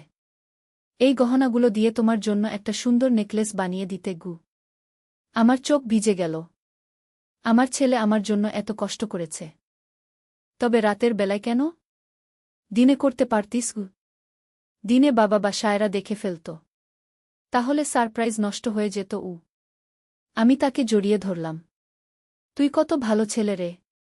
কিন্তু আমার মনে তখনও একটা প্রশ্ন ছিল। সাকিব, তুই কি করে জানতি যে এগুলো এখানে আছে? সে একটু ইতস্তত করে বলল, আসলে মা, আমার একটা গোপন কথা আছে গু। কি? আমি মাঝে মাঝে দাদিকে স্বপ্নে দেখি। তিনি আমার সাথে কথা বলেন গু। আমি চমকে উঠলাম। সত্যি? হ্যাঁ মা। তিনি আমাকে বলেছিলেন এই জায়গার কথা। বলেছিলেন পরিবারের কেউ বিপদে পড়লে এগুলো উদ্ধার করতে গু। এ তো আরও রহস্যজনক কথা। আমি ভাবলাম হয়তো সাকিব আমাকে ভুল বুঝিয়ে বলছে। কিন্তু পরদিন সকালে আরও অবাক করা ঘটনা ঘটল। সোহেল অফিসে যাওয়ার সময় বলল, রুমানা, আমার অফিসে একটা সমস্যা হয়েছে। আমার অ্যাকাউন্টে কিছু টাকা কম দেখাচ্ছে। হয়তো ইনভেস্টমেন্ট লস হয়েছে গি। আমি বুঝলাম সোহেলের আর্থিক সমস্যা হয়েছে। সাকিব সেই কথা শুনে আমার দিকে তাকাল। যেন বলতে চাইছে, দেখো মা, দাদি ঠিকই বলেছিলেন গু। আমি সাকিবের হাত ধরে বললাম, তাহলে এই গহনাগুলো বিক্রি করে বাবাকে সাহায্য করি। সাকিব বলল, না মা, এগুলো বিক্রি করার দরকার নেই। আমার অন্য পরিকল্পনা আছে গি। কি পরিকল্পনা? আমি এই গহনার ছবি তুলে একটা আর্টিকেল লিখব। পুরনো ঐতিহ্যবাহী গহনার উপর। সেটা একটা ম্যাগাজিনে পাবলিশ করব। তাতে ভালো টাকা পাব। আমি বুঝলাম সাকিব কত বুদ্ধিমান। সে গহনা না বেচেও টাকা আয় করার উপায় বের করেছে। পরদিন সাকিব তার পরিকল্পনা অনুযায়ী কাজ শুরু করল। সে গহনাগুলোর ছবি তুলল, সেগুলোর ইতিহাস খুঁজে বের করল। রিনা এসে সাহায্য করল। এই গহনাগুলো তো সত্যিই অনেক পুরনো। এগুলোর ঐতিহাসিক মূল্য অনেক গু। সাকিব একটা সুন্দর আর্টিকেল লিখল আমাদের পারিবারিক ঐতিহ্য নিয়ে। সেই আর্টিকেল একটা বিখ্যাত ম্যাগাজিনে ছাপা হল। শুধু তাই নয়, সেই আর্টিকেল দেখে একটা মিউজিয়াম থেকে ফোন এলো। তারা বলল, আমাদের গহনাগুলো প্রদর্শনীতে রাখতে চায়। তার জন্য তারা ভালো টাকা দেবে। সোহেলের আর্থিক সমস্যার সমাধান হয়ে গেল। আমরা সবাই খুশি হলাম। কিন্তু রহস্য এখানেই শেষ নয়। সেই রাতে আমি আবার স্বপ্ন দেখলাম আমার দাদি আমার কাছে এসেছেন। রুমানা, তিনি বললেন, আমি তোমার ছেলের মাধ্যমে তোমাদের সাহায্য করেছি গু। দাদি, আপনি সত্যিই সাকিবের স্বপ্নে আসেন? হ্যাঁ বেটি। সাকিব আমাদের পরিবারের বিশেষ ছেলে। তার মধ্যে অতীন্দ্রিয় ক্ষমতা আছে। সে মৃত আত্মাদের সাথে যোগাযোগ করতে পারে গু। স্বপ্ন থেকে জেগে উঠে আমি আরও চিন্তিত হয়ে পড়লাম। এসব কি ঘটছে? পরদিন সকালে সাকিবকে জিজ্ঞেস করলাম, তুই কি সত্যিই দাদিকে স্বপ্নে দেখিস? সে একটু লজ্জা পেয়ে বলল, মা, তুমি বিশ্বাস করবে না গি। বলো তো। আমি ছোটবেলা থেকেই মৃত মানুষদের দেখতে পাই। তারা আমার সাথে কথা বলে। দাদিও আমার সাথে মাঝে মাঝে কথা বলেন। আমি হতবাক হয়ে গেলাম। সত্যি বলছিস? হ্যাঁ মা। তবে আমি কাউকে বলি না। মানুষে ভাবে আমি পাগল। আর কার কার সাথে কথা বলিস? আমাদের নানাজি। তিনি মাঝে মাঝে আসেন। আর পাশের বাড়ির রহিম চাচা। উনি গত বছর মারা গেছেন। কিন্তু মাঝে মাঝে আমার কাছে আসেন গু। এ তো আরও অবিশ্বাস্য কথা। কিন্তু সাকিব যেভাবে বলছে, মনে হচ্ছে সে মিথ্যা বলছে না। রহিম চাচা কি বলেন? তিনি বলেন তার ঘরে একটা জরুরি কাগজ আছে। সেটা তার পরিবার খুঁজে পাচ্ছে না। আমি তাদের বলে দিয়েছি গু। সত্যি? হ্যাঁ। তারা খুঁজে পেয়েছে। সেটা ছিল তার ইন্স্যুরেন্সের কাগজ গু। আমি আরও অবাক হলাম। রহিম চাচার পরিবার সত্যিই বলেছিল যে তারা তার ইন্স্যুরেন্সের কাগজ হারিয়ে ফেলেছে। তাহলে সাকিব সত্যি বলছে? মা, সাকিব বলল, তুমি কাউকে বলো না। আমি চাই না মানুষে আমার সম্পর্কে ভুল ভাবুক গো। আমি কথা দিলাম। কিন্তু মনের মধ্যে একটা ভয় কাজ করতে লাগল। সেই দিনই সন্ধ্যায় আরও অদ্ভুত ঘটনা ঘটল। সায়রা স্কুল থেকে ফিরে কাঁদতে কাঁদতে এলো। কি হয়েছে মা? আমি জিজ্ঞেস করলাম। আমাদের ক্লাসের রিমা মারা গেছে, সায়রা কাঁদতে কাঁদতে বলল। কি? কি করে? অ্যাক্সিডেন্ট হয়েছে। রিকশায় স্কুল যাওয়ার সময়। আমি খুব দুঃখ পেলাম। রিমা খুব ভালো মেয়ে ছিল। রাতের বেলায় সাকিব আমার কাছে এলো। তার মুখ ফ্যাকাশে। মা, রিমা আমার কাছে এসেছে গি। কি? সে বলছে তার মা খুব কাঁদছে। সে চায় তার মাকে বলতে যে সে ভালো আছে গি। আমার গা ছমছম করে উঠল। তুই কি বলছিস সাকিব? মা, রিমা বলেছে তার মায়ের কাছে একটা বার্তা পৌঁছে দিতে গু। কি বার্তা? সে বলেছে তার মা যেন তার ড্রয়ারের তলায় লুকানো চিঠিটা খুঁজে বের করে। সেখানে সে তার মায়ের জন্য কিছু লিখেছে গু। আমি সিদ্ধান্ত নিলাম পরীক্ষা করে দেখব। পরদিন আমি রিমার মায়ের কাছে গেলাম। আপা, আমি বললাম, একটা কথা বলি। রিমা কি তার ড্রয়ারে কোনো চিঠি রেখেছিল? রিমার মা অবাক হয়ে বলল, আমি তো খুঁজে দেখিনি। কেন? একবার দেখুন তো। আমরা রিমার রুমে গিয়ে ড্রয়ার খুললাম। নিচের দিকে একটা চিঠি পেলাম। রিমার মা চিঠি পড়ে কাঁদতে লাগলেন। সেখানে রিমা লিখেছিল, মা, আমি তোমাকে খুব ভালোবাসি। তুমি আমার জন্য দুঃখ করো না। আমি সবসময় তোমার পাশে থাকব। রিমার মা আমাকে জড়িয়ে ধরে বললেন, তুমি কি করে জানলে? আমি কি বলবো? সাকিবের কথা বলবো। সেই রাতে সাকিব বলল, মা, রিমা এখন খুশি। সে বলেছে তার মা এখন আর কাঁদবে না। আমি বুঝে গেলাম সাকিব সত্যিই অতীন্দ্রিয় ক্ষমতার অধিকারী। কিন্তু এই ক্ষমতা কি তার জন্য নিরাপদ? পরের কয়েক সপ্তাহে সাকিবের আচরণ আরও অদ্ভুত হয়ে উঠল। সে রাতের বেলায় জেগে থাকত, দিনে ক্লান্ত থাকত। একদিন রিনা এসে বলল, আন্টি, সাকিব নাটকে এসে অভিনয় করে। কিন্তু সে এত জোরে চিৎকার করে যে সবাই ভয় পেয়ে যায়। আমি বুঝলাম সাকিবের মানসিক অবস্থা খারাপ হয়ে যাচ্ছে। সেই রাতে আমি তার সাথে কথা বললাম। সাকিব, তুই কি অসুস্থ বোধ করছিস? মা, সে বলল, আমার কাছে এখন অনেক মৃত মানুষ আসে। তারা সবাই কিছু না কিছু চায়। আমি ক্লান্ত হয়ে পড়েছি। তুই তাদের কথা শুনিস কেন? আমি পারি না মা। তারা আমাকে ছেড়ে যায় না। আমি ঘাবড়ে গেলাম আমার ছেলের এই অবস্থা দেখে। পরদিন আমি একজন মানসিক চিকিৎসকের কাছে নিয়ে গেলাম। ডাক্তার সাকিবের সাথে অনেকক্ষণ কথা বললেন। তারপর আমাকে ডেকে বললেন, আপনার ছেলের মধ্যে স্কিজোফ্রেনিয়ার লক্ষণ দেখা যাচ্ছে না। তবে সে অতিরিক্ত স্ট্রেসে আছে। কি করব? তাকে কিছুদিন বিশ্রাম দিন। আর যেসব অস্বাভাবিক বিষয় নিয়ে সে ভাবে সেগুলো থেকে দূরে রাখুন। আমি বাড়ি ফিরে সাকিবের সাথে কথা বললাম। তুই কিছুদিন এই অতীন্দ্রিয় বিষয় নিয়ে ভেব না। নাটকে মন দাও। সাকিব বলল, আমি চেষ্টা করব মা। কিন্তু সেই রাতেই আবার অদ্ভুত ঘটনা ঘটল। আমি দেখলাম সাকিব বাগানে দাঁড়িয়ে কারো সাথে কথা বলছে। কিন্তু সেখানে কেউ নেই। আমি কাছে গেলাম। কার সাথে কথা বলছিস? সাকিব চমকে উঠল। কেউ নেই মা। কিন্তু আমি দেখলাম তুই কথা বলছিস। সে মাথা নিচু করে বলল, আমি নিজের সাথে কথা বলছিলাম। আমি বুঝলাম সে মিথ্যা বলছে। পরদিন আমি সোহেলের সাথে পুরো বিষয়টা নিয়ে আলোচনা করলাম। সোহেল বলল, আমার মনে হয় সাকিব কোনো মানসিক সমস্যায় ভুগছে। আমাদের আরও ভালো চিকিৎসকের কাছে নিয়ে যেতে হবে। কিন্তু সেই রাতেই সবকিছু পাল্টে গেল। রাত 2টার সময় আমি একটা চিৎকার শুনলাম সাকিবের রুম থেকে। আমি দৌড়ে গিয়ে দেখি সাকিব বিছানায় বসে কাঁপছে। কি হয়েছে মা? সে ভয়ে ভয়ে বলল, আমি একটা ভুল করে ফেলেছি। কি ভুল? আমি একটা খারাপ আত্মাকে ডেকে ফেলেছি। সে এখন আমার পিছু নেয়নি। আমার রক্ত ঠান্ডা হয়ে গেল। কি বলছিস তুই? আমি আজ একটা পুরনো বই পড়ছিলাম। সেখানে মৃত আত্মা ডাকার মন্ত্র ছিল।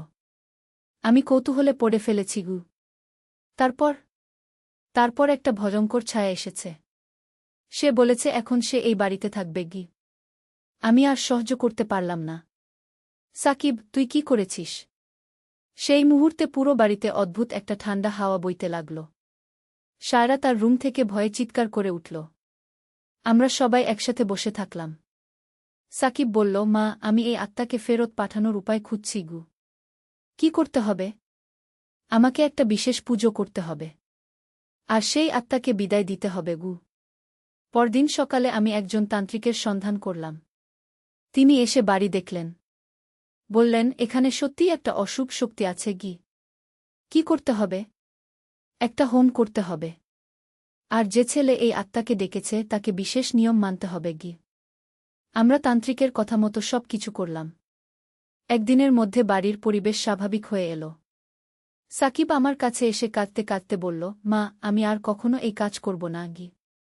আমি তাকে বুকে নিয়ে বললাম, তুই এখন থেকে শুধু পড়াশোনা আর নাটক নিয়ে থাক।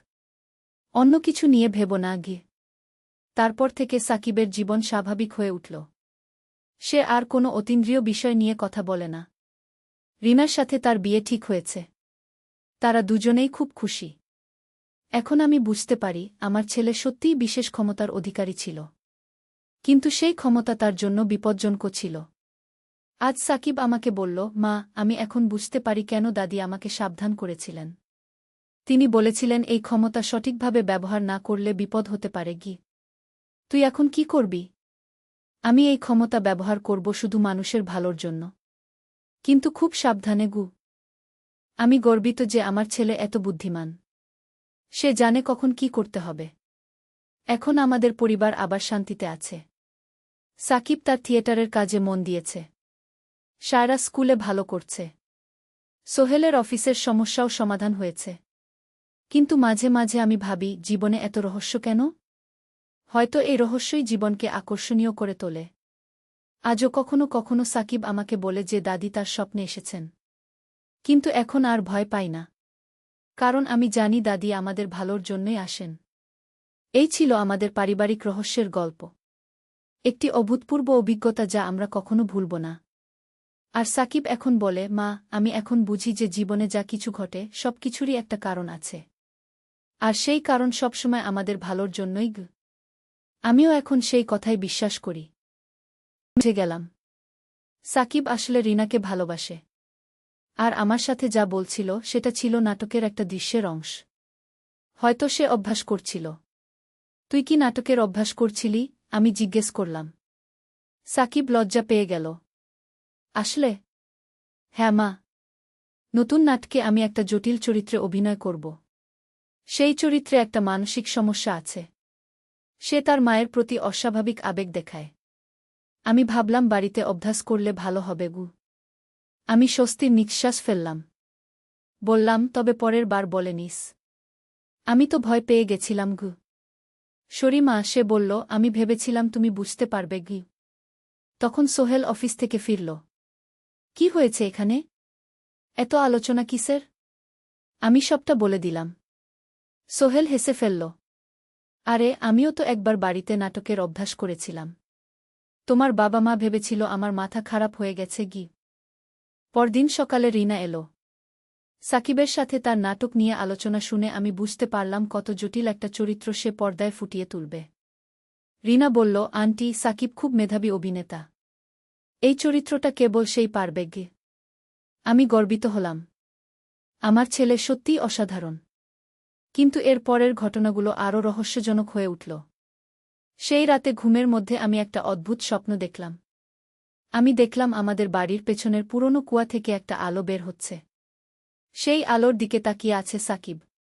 স্বপ্নে আমি তার কাছে গেলাম। কি দেখছিস?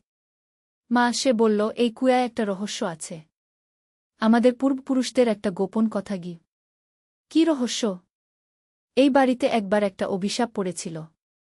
কোনো এক পুরনো ঘটনার কারণে। স্বপ্ন থেকে জেগে উঠে আমি ঘাবড়ে গেলাম। এ কি দেখলাম? পরদিন সকালে সাকিবকে জিজ্ঞেস করলাম, তুই কি আমাদের পারিবারিক ইতিহাস নিয়ে কিছু জানিস? সে অবাক হয়ে বলল, না তো মা। কেন? আমি স্বপ্নের কথা বললাম। সে শুনে হেসে ফেলল। মা, তুমি তো নাটকের প্রভাবে পড়ে গেছ। কাল রিনা দিদি যে গল্প বলেছিল সেটাই তোমার মনে গেঁথে গেছে। সত্যি, রিনা বলেছিল তাদের নাটকের গল্পে একটা পুরনো বাড়ি আছে যেখানে ভূত আছে। কিন্তু সেদিন দুপুরে আরও অদ্ভুত কিছু ঘটল। আমি বেড়াদায় কাপড় মেলছিলাম। হঠাৎ দেখি পেছনের কুয়ার কাছে একটা ছায়া। আমি কাছে গিয়ে দেখি সাকিব সেখানে দাঁড়িয়ে কি একটা খুঁজছে। কি খুঁজছিস? সে চমকে উঠল। আহ! আসলে আমার কলম পড়ে গেছে এদিকে। কিন্তু আমার মনে হলো সে মিথ্যা বলছে। তার হাতে তো কলম আছেই। সাকিব, তুই কি কোনো কিছু লুকাচ্ছিস আমার কাছ থেকে? সে একটু ইতস্তত করল। তারপর বলল, আসলে মা, আমি আমাদের পারিবারিক ইতিহাস নিয়ে একটা প্রজেক্ট করছি। ইউনিভার্সিটির অ্যাসাইনমেন্ট। তাহলে আমাকে বলিস না কেন? ভাবলাম সারপ্রাইজ দেব। আমাদের পরিবার সম্পর্কে অনেক মজার তথ্য পেয়েছি। আমি আগ্রহী হয়ে উঠলাম। কি পেয়েছিস? আমাদের দাদা দাদির সময়ে এই বাড়িতে একটা গুপ্তধনের গল্প ছিল। বলা হতো এই কুয়ার নিচে সোনার গহনা লুকিয়ে রাখা আছে গু। সত্যি? জানি না। তবে আমি খোঁজ নিয়ে দেখছি গু। সেদিন সন্ধ্যায় সায়রা আমার কাছে এলো। মা, সাকিব ভাই আজকাল অদ্ভুত আচরণ করছে গি। কি রকম? রাতে জেগে থাকে। আর ফোনে কার সাথে যেন গোপন কথা বলে গি। আমার মনে সন্দেহ জাগল। হয়তো সাকিব কোনো মেয়ের সাথে প্রেম করছে। হয়তো রিনার সাথেই। কিন্তু পরদিন রিনা এসে বলল, আন্টি, সাকিব কি অসুস্থ? সে আজকাল আমাদের রিহার্সালে আসছে না গি। তাহলে সে কোথায় যাচ্ছে? সেই রাতে আমি ঠিক করলাম সাকিবের পিছু নেব। মাঝরাতে দেখলাম সে ঘর থেকে বের হয়ে কুয়ার দিকে যাচ্ছে। আমি লুকিয়ে দেখলাম। সে একটা দড়ি দিয়ে কুয়ার ভেতর নামছে। আমি ঘাবড়ে গেলাম। এ কি করছে? অনেকক্ষণ পর সে উঠে এলো। হাতে একটা পুরনো বাক্স। আমি সাহস করে তার কাছে গেলাম। সাকিব, তুই কি করছিস? সে আমাকে দেখে স্তব্ধ হয়ে গেল। মা, তুমি এই বাক্সে কি? সে বাক্স খুলল। ভেতরে ছিল পুরনো কিছু চিঠি, ছবি আর কয়েকটা সোনার গহনা। আমাদের দাদিমার চিঠি, সে বলল, আর তার গহনা। আমি জানতাম এগুলো এখানে আছে গি। তুই কি করে জানলি? দাদি একবার আমাকে বলেছিলেন বিপদের সময় এগুলো কাজে লাগবে গি। আমি চিঠিগুলো পড়লাম। সেখানে লেখা ছিল আমাদের পরিবারের পুরনো ইতিহাস। দাদি লিখেছিলেন তিনি তার গহনা এখানে লুকিয়ে রেখেছেন তার নাতিনাতনীদের জন্য। কিন্তু তুই আমাকে বলিস নাই কেন? মা, আমি চেয়েছিলাম তোমার জন্য একটা সারপ্রাইজ করতে। এই গহনাগুলো দিয়ে তোমার জন্য একটা সুন্দর নেকলেস বানিয়ে দিতে গু। আমার চোখ ভিজে গেল। আমার ছেলে আমার জন্য এত কষ্ট করেছে। তবে রাতের বেলায় কেন? দিনে করতে পারতিস গু। দিনে বাবা বা সায়রা দেখে ফেলত। তাহলে সারপ্রাইজ নষ্ট হয়ে যেত। আমি তাকে জড়িয়ে ধরলাম। তুই কত ভালো ছেলে রে। কিন্তু আমার মনে তখনও একটা প্রশ্ন ছিল। সাকিব, তুই কি করে জানতি যে এগুলো এখানে আছে? সে একটু ইতস্তত করে বলল, আসলে মা, আমার একটা গোপন কথা আছে গু। কি? আমি মাঝে মাঝে দাদিকে স্বপ্নে দেখি। তিনি আমার সাথে কথা বলেন গু। আমি চমকে উঠলাম। সত্যি? হ্যাঁ মা। তিনি আমাকে বলেছিলেন এই জায়গার কথা। বলেছিলেন পরিবারের কেউ বিপদে পড়লে এগুলো উদ্ধার করতে গু। এ তো আরও রহস্যজনক কথা। আমি ভাবলাম হয়তো সাকিব আমাকে ভুল বুঝিয়ে বলছে। কিন্তু পরদিন সকালে আরও অবাক করা ঘটনা ঘটল। সোহেল অফিসে যাওয়ার সময় বলল, রুমানা, আমার অফিসে একটা সমস্যা হয়েছে। আমার অ্যাকাউন্টে কিছু টাকা কম দেখাচ্ছে। হয়তো ইনভেস্টমেন্ট লস হয়েছে গি। আমি বুঝলাম সোহেলের আর্থিক সমস্যা হয়েছে। সাকিব সেই কথা শুনে আমার দিকে তাকাল। যেন বলতে চাইছে, দেখো মা, দাদি ঠিকই বলেছিলেন গু। আমি সাকিবের হাত ধরে বললাম, তাহলে এই গহনাগুলো বিক্রি করে বাবাকে সাহায্য করি। সাকিব বলল, না মা, এগুলো বিক্রি করার দরকার নেই।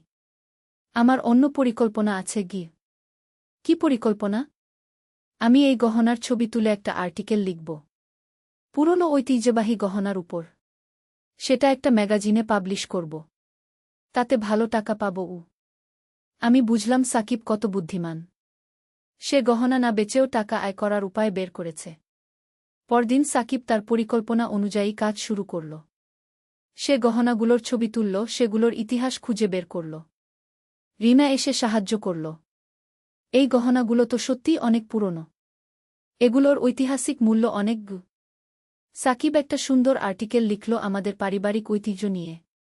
সেই আর্টিকেল একটা বিখ্যাত ম্যাগাজিনে ছাপা হল। শুধু তাই নয়, সেই আর্টিকেল দেখে একটা মিউজিয়াম থেকে ফোন এলো। তারা বলল আমাদের গহনাগুলো প্রদর্শনীতে রাখতে চায়।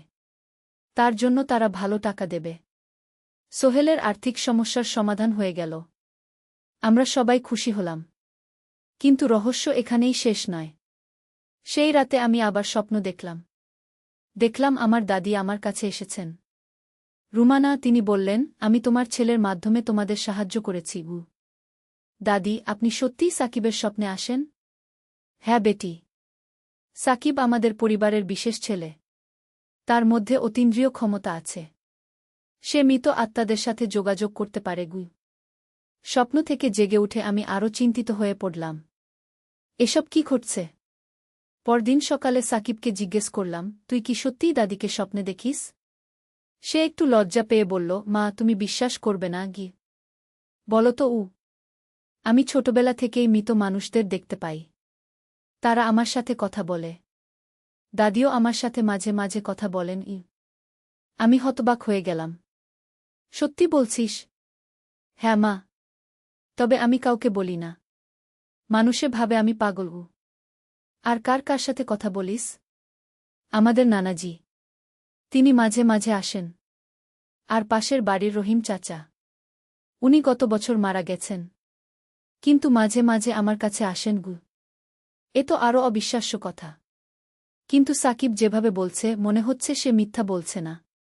রহিম চাচা কি বলেন? তিনি বলেন তার ঘরে একটা জরুরি কাগজ আছে। সেটা তার পরিবার খুঁজে পাচ্ছে না।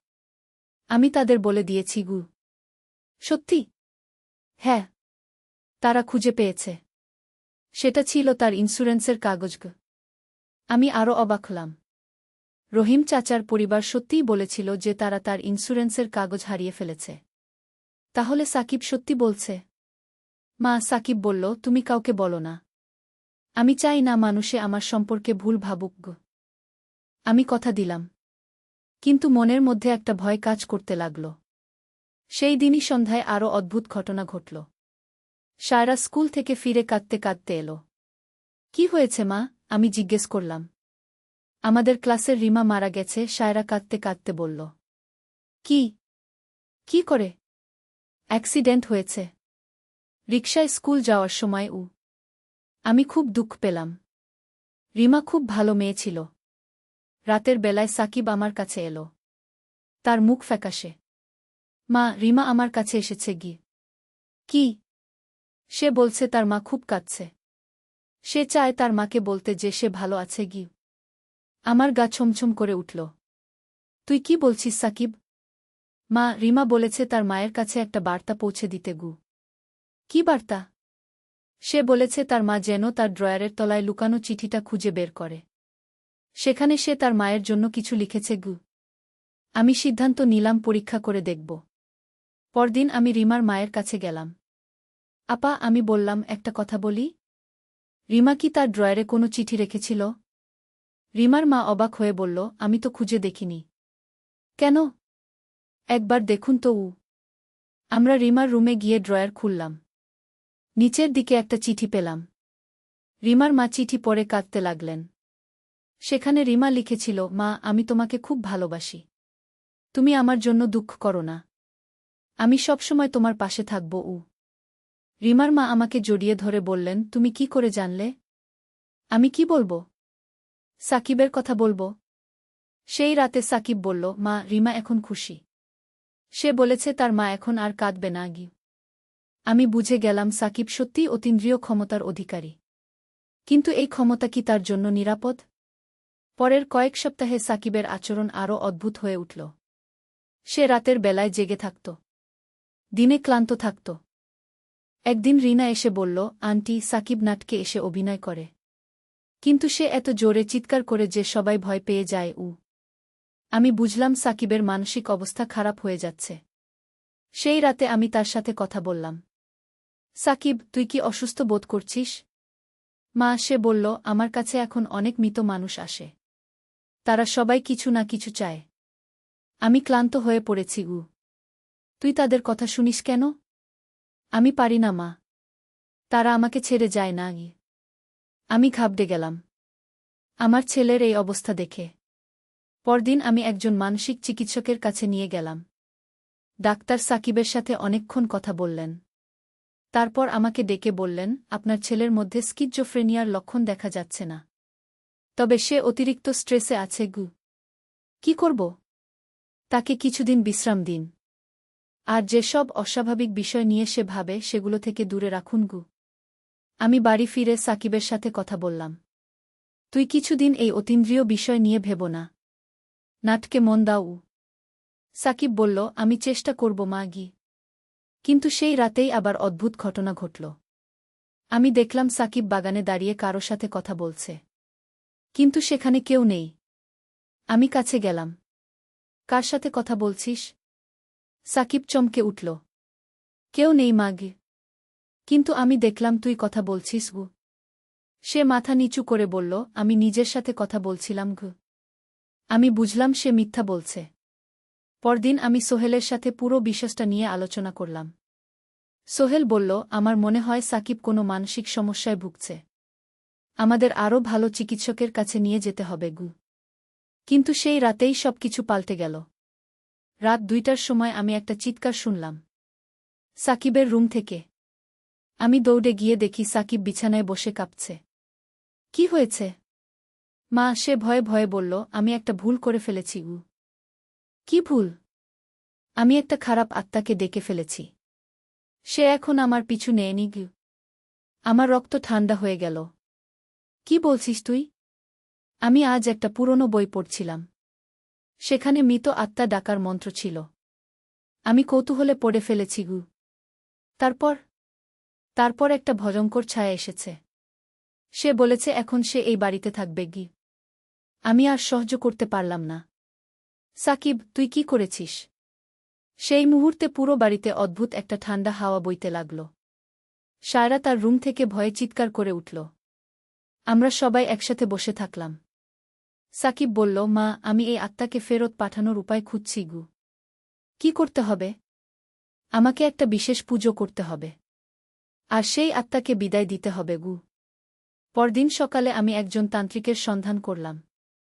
তিনি এসে বাড়ি দেখলেন। বললেন, এখানে সত্যিই একটা অশুভ শক্তি আছে গি। কি করতে হবে? একটা হোম করতে হবে। আর যে ছেলে এই আত্মাকে ডেকেছে তাকে বিশেষ নিয়ম মানতে হবে গি। আমরা তান্ত্রিকের কথা মতো সব কিছু করলাম। একদিনের মধ্যে বাড়ির পরিবেশ স্বাভাবিক হয়ে এল। সাকিব আমার কাছে এসে কাঁদতে কাঁদতে বলল, মা, আমি আর কখনো এই কাজ করব না গি। আমি তাকে বুকে নিয়ে বললাম, তুই এখন থেকে শুধু পড়াশোনা আর নাটক নিয়ে থাক। অন্য কিছু নিয়ে ভেব না গি। তারপর থেকে সাকিবের জীবন স্বাভাবিক হয়ে উঠল। সে আর কোনো অতীন্দ্রিয় বিষয় নিয়ে কথা বলে না। রিনার সাথে তার বিয়ে ঠিক হয়েছে। তারা দুজনেই খুব খুশি। এখন আমি বুঝতে পারি আমার ছেলে সত্যিই বিশেষ ক্ষমতার অধিকারী ছিল। কিন্তু সেই ক্ষমতা তার জন্য বিপজ্জনক ছিল। আজ সাকিব আমাকে বলল, মা, আমি এখন বুঝতে পারি কেন দাদি আমাকে সাবধান করেছিলেন। তিনি বলেছিলেন এই ক্ষমতা সঠিকভাবে ব্যবহার না করলে বিপদ হতে পারে গি। তুই এখন কি করবি? আমি এই ক্ষমতা ব্যবহার করব শুধু মানুষের ভালোর জন্য। কিন্তু খুব সাবধানে গু। আমি গর্বিত যে আমার ছেলে এত বুদ্ধিমান। সে জানে কখন কি করতে হবে। এখন আমাদের পরিবার আবার শান্তিতে আছে। সাকিব তার থিয়েটারের কাজে মন দিয়েছে। সায়রা স্কুলে ভালো করছে। সোহেলের অফিসের সমস্যাও সমাধান হয়েছে। কিন্তু মাঝে মাঝে আমি ভাবি, জীবনে এত রহস্য কেন? হয়তো এই রহস্যই জীবনকে আকর্ষণীয় করে তোলে। আজও কখনো কখনো সাকিব আমাকে বলে যে দাদি তার স্বপ্নে এসেছেন। কিন্তু এখন আর ভয় পাই না। কারণ আমি জানি দাদি আমাদের ভালোর জন্যই আসেন। এই ছিল আমাদের পারিবারিক রহস্যের গল্প। একটি অভূতপূর্ব অভিজ্ঞতা যা আমরা কখনো ভুলব না। আর সাকিব এখন বলে, মা, আমি এখন বুঝি যে জীবনে যা কিছু ঘটে সবকিছুরই একটা কারণ আছে। আর সেই কারণ সবসময় আমাদের ভালোর জন্যই গু। আমিও এখন সেই কথাই বিশ্বাস করি। বুঝে গেলাম সাকিব আসলে রিনাকে ভালোবাসে। আর আমার সাথে যা বলছিল সেটা ছিল নাটকের একটা দৃশ্যের অংশ। হয়তো সে অভ্যাস করছিল। তুই কি নাটকের অভ্যাস করছিলি? আমি জিজ্ঞেস করলাম। সাকিব লজ্জা পেয়ে গেল। আসলে হ্যাঁ মা, নতুন নাটকে আমি একটা জটিল চরিত্রে অভিনয় করব। সেই চরিত্রে একটা মানসিক সমস্যা আছে। সে তার মায়ের প্রতি অস্বাভাবিক আবেগ দেখায়। আমি ভাবলাম বাড়িতে অভ্যাস করলে ভালো হবে গু। আমি স্বস্তির নিঃশ্বাস ফেললাম। বললাম, তবে পরের বার বলে নিস। আমি তো ভয় পেয়ে গেছিলাম গু। শরীমা, সে বলল, আমি ভেবেছিলাম তুমি বুঝতে পারবে গি। তখন সোহেল অফিস থেকে ফিরল। কি হয়েছে এখানে? এত আলোচনা কিসের? আমি সবটা বলে দিলাম। সোহেল হেসে ফেলল। আরে, আমিও তো একবার বাড়িতে নাটকের অভ্যাস করেছিলাম। তোমার বাবা মা ভেবেছিল আমার মাথা খারাপ হয়ে গেছে গি। পরদিন সকালে রিনা এলো। সাকিবের সাথে তার নাটক নিয়ে আলোচনা শুনে আমি বুঝতে পারলাম কত জটিল একটা চরিত্র সে পর্দায় ফুটিয়ে তুলবে। রিনা বলল, আন্টি, সাকিব খুব মেধাবী অভিনেতা। এই চরিত্রটা কেবল সেই পারবে গে। আমি গর্বিত হলাম। আমার ছেলে সত্যিই অসাধারণ। কিন্তু এর পরের ঘটনাগুলো আরও রহস্যজনক হয়ে উঠল। সেই রাতে ঘুমের মধ্যে আমি একটা অদ্ভুত স্বপ্ন দেখলাম। আমি দেখলাম আমাদের বাড়ির পেছনের পুরনো কুয়া থেকে একটা আলো বের হচ্ছে। সেই আলোর দিকে তাকিয়ে আছে সাকিব। স্বপ্নে আমি তার কাছে গেলাম। কি দেখছিস? মা, সে বলল, এই কুয়ায় একটা রহস্য আছে। আমাদের পূর্বপুরুষদের একটা গোপন কথা গি। কি রহস্য? এই বাড়িতে একবার একটা অভিশাপ পড়েছিল। কোনো এক পুরনো ঘটনার কারণে গি। স্বপ্ন থেকে জেগে উঠে আমি ঘাবড়ে গেলাম। এ কি দেখলাম? পরদিন সকালে সাকিবকে জিজ্ঞেস করলাম, তুই কি আমাদের পারিবারিক ইতিহাস নিয়ে কিছু জানিস? সে অবাক হয়ে বলল, না তো মা। কেন? আমি স্বপ্নের কথা বললাম। সে শুনে হেসে ফেলল। মা, তুমি তো নাটকের প্রভাবে পড়ে গেছ। কাল রিনা দিদি যে গল্প বলেছিল সেটাই তোমার মনে গেঁথে গেছে গি। সত্যিই রিনা বলেছিল তাদের নাটকের গল্পে একটা পুরনো বাড়ি আছে যেখানে ভূত আছে। কিন্তু সেদিন দুপুরে আরও অদ্ভুত কিছু ঘটল। আমি বেড়াদায় কাপড় মেলছিলাম। হঠাৎ দেখি পেছনের কুয়ার কাছে একটা ছায়া। আমি কাছে গিয়ে দেখি সাকিব সেখানে দাঁড়িয়ে কি একটা খুঁজছে। কি খুঁজছিস? সে চমকে উঠল। আহ! আসলে আমার কলম পড়ে গেছে এদিকে গিয়ে। কিন্তু আমার মনে হলো সে মিথ্যা বলছে। তার হাতে তো কলম আছেই। সাকিব, তুই কি কোনো কিছু লুকাচ্ছিস আমার কাছ থেকে? সে একটু ইতস্তত করল। তারপর বলল, আসলে মা, আমি আমাদের পারিবারিক ইতিহাস নিয়ে একটা প্রজেক্ট করছি। ইউনিভার্সিটির অ্যাসাইনমেন্ট। তাহলে আমাকে বলিস না কেন? ভাবলাম সারপ্রাইজ দেব। আমাদের পরিবার সম্পর্কে অনেক মজার তথ্য পেয়েছি গু। আমি আগ্রহী হয়ে উঠলাম। কি পেয়েছিস? আমাদের দাদা-দাদির সময়ে এই বাড়িতে একটা গুপ্তধনের গল্প ছিল। বলা হতো এই কুয়ার নিচে সোনার গহনা লুকিয়ে রাখা আছে গু। সত্যি? জানি না। তবে আমি খোঁজ নিয়ে দেখছি গু। সেদিন সন্ধ্যায় সায়রা আমার কাছে এলো। মা, সাকিব ভাই আজকাল অদ্ভুত আচরণ করছে গি। কি রকম? রাতে জেগে থাকে। আর ফোনে কার সাথে যেন গোপন কথা বলে গি। আমার মনে সন্দেহ জাগল। হয়তো সাকিব কোনো মেয়ের সাথে প্রেম করছে। হয়তো রিনার সাথেই। কিন্তু পরদিন রিনা এসে বলল, আন্টি, সাকিব কি অসুস্থ? সে আজকাল আমাদের রিহার্সালে আসছে না গি। তাহলে সে কোথায় যাচ্ছে? সেই রাতে আমি ঠিক করলাম সাকিবের পিছু নেব। মাঝরাতে দেখলাম সে ঘর থেকে বের হয়ে কুয়ার দিকে যাচ্ছে। আমি লুকিয়ে দেখলাম। সে একটা দড়ি দিয়ে কুয়ার ভেতর নামছে। আমি ঘাবড়ে গেলাম। এ কি করছে? অনেকক্ষণ পর সে উঠে এলো। হাতে একটা পুরনো বাক্স। আমি সাহস করে তার কাছে গেলাম। সাকিব, তুই কি করছিস? সে আমাকে দেখে স্তব্ধ হয়ে গেল। মা, তুমি এই বাক্সে কি? সে বাক্স খুলল। ভেতরে ছিল পুরনো কিছু চিঠি, ছবি আর কয়েকটা সোনার গহনা। আমাদের দাদিমার চিঠি, সে বলল, আর তার গহনা। আমি জানতাম এগুলো এখানে আছে গি। তুই কি করে জানলি? দাদি একবার আমাকে বলেছিলেন বিপদের সময় এগুলো কাজে লাগবে গি। আমি চিঠিগুলো পড়লাম। সেখানে লেখা ছিল আমাদের পরিবারের পুরনো ইতিহাস। দাদি লিখেছিলেন তিনি তার গহনা এখানে লুকিয়ে রেখেছেন তার নাতিনাতনীদের জন্য। কিন্তু তুই আমাকে বলিস নাই কেন? মা, আমি চেয়েছিলাম তোমার জন্য একটা সারপ্রাইজ করতে। এই গহনাগুলো দিয়ে তোমার জন্য একটা সুন্দর নেকলেস বানিয়ে দিতে গু। আমার চোখ ভিজে গেল। আমার ছেলে আমার জন্য এত কষ্ট করেছে। তবে রাতের বেলায় কেন? দিনে করতে পারতিস গু। দিনে বাবা বা সায়রা দেখে ফেলত। তাহলে সারপ্রাইজ নষ্ট হয়ে যেত। আমি তাকে জড়িয়ে ধরলাম। তুই কত ভালো ছেলে রে। কিন্তু আমার মনে তখনও একটা প্রশ্ন ছিল। সাকিব, তুই কি করে জানতি যে এগুলো এখানে আছে? সে একটু ইতস্তত করে বলল, আসলে মা, আমার একটা গোপন কথা আছে গু। কি? আমি মাঝে মাঝে দাদিকে স্বপ্নে দেখি। তিনি আমার সাথে কথা বলেন গু। আমি চমকে উঠলাম। সত্যি? হ্যাঁ মা। তিনি আমাকে বলেছিলেন এই জায়গার কথা। বলেছিলেন পরিবারের কেউ বিপদে পড়লে এগুলো উদ্ধার করতে গু। এ তো আরও রহস্যজনক কথা। আমি ভাবলাম হয়তো সাকিব আমাকে ভুল বুঝিয়ে বলছে। কিন্তু পরদিন সকালে আরও অবাক করা ঘটনা ঘটল। সোহেল অফিসে যাওয়ার সময় বলল, রুমানা, আমার অফিসে একটা সমস্যা হয়েছে। আমার অ্যাকাউন্টে কিছু টাকা কম দেখাচ্ছে। হয়তো ইনভেস্টমেন্ট লস হয়েছে গি। আমি বুঝলাম সোহেলের আর্থিক সমস্যা হয়েছে। সাকিব সেই কথা শুনে আমার দিকে তাকাল, যেন বলতে চাইছে, দেখো মা, দাদি ঠিকই বলেছিলেন গু। আমি সাকিবের হাত ধরে বললাম, তাহলে এই গহনাগুলো বিক্রি করে বাবাকে সাহায্য করি। সাকিব বলল, না মা, এগুলো বিক্রি করার দরকার নেই। আমার অন্য পরিকল্পনা আছে গি। কি পরিকল্পনা? আমি এই গহনার ছবি তুলে একটা আর্টিকেল লিখব, পুরনো ঐতিহ্যবাহী গহনার উপর। সেটা একটা ম্যাগাজিনে পাবলিশ করব। তাতে ভালো টাকা পাব। আমি বুঝলাম সাকিব কত বুদ্ধিমান। সে গহনা না বেচেও টাকা আয় করার উপায় বের করেছে। পরদিন সাকিব তার পরিকল্পনা অনুযায়ী কাজ শুরু করল। সে গহনাগুলোর ছবি তুলল, সেগুলোর ইতিহাস খুঁজে বের করল। রিনা এসে সাহায্য করল। এই গহনাগুলো তো সত্যিই অনেক পুরনো। এগুলোর ঐতিহাসিক মূল্য অনেক। সাকিব একটা সুন্দর আর্টিকেল লিখল আমাদের পারিবারিক ঐতিহ্য নিয়ে। সেই আর্টিকেল একটা বিখ্যাত ম্যাগাজিনে ছাপা হল।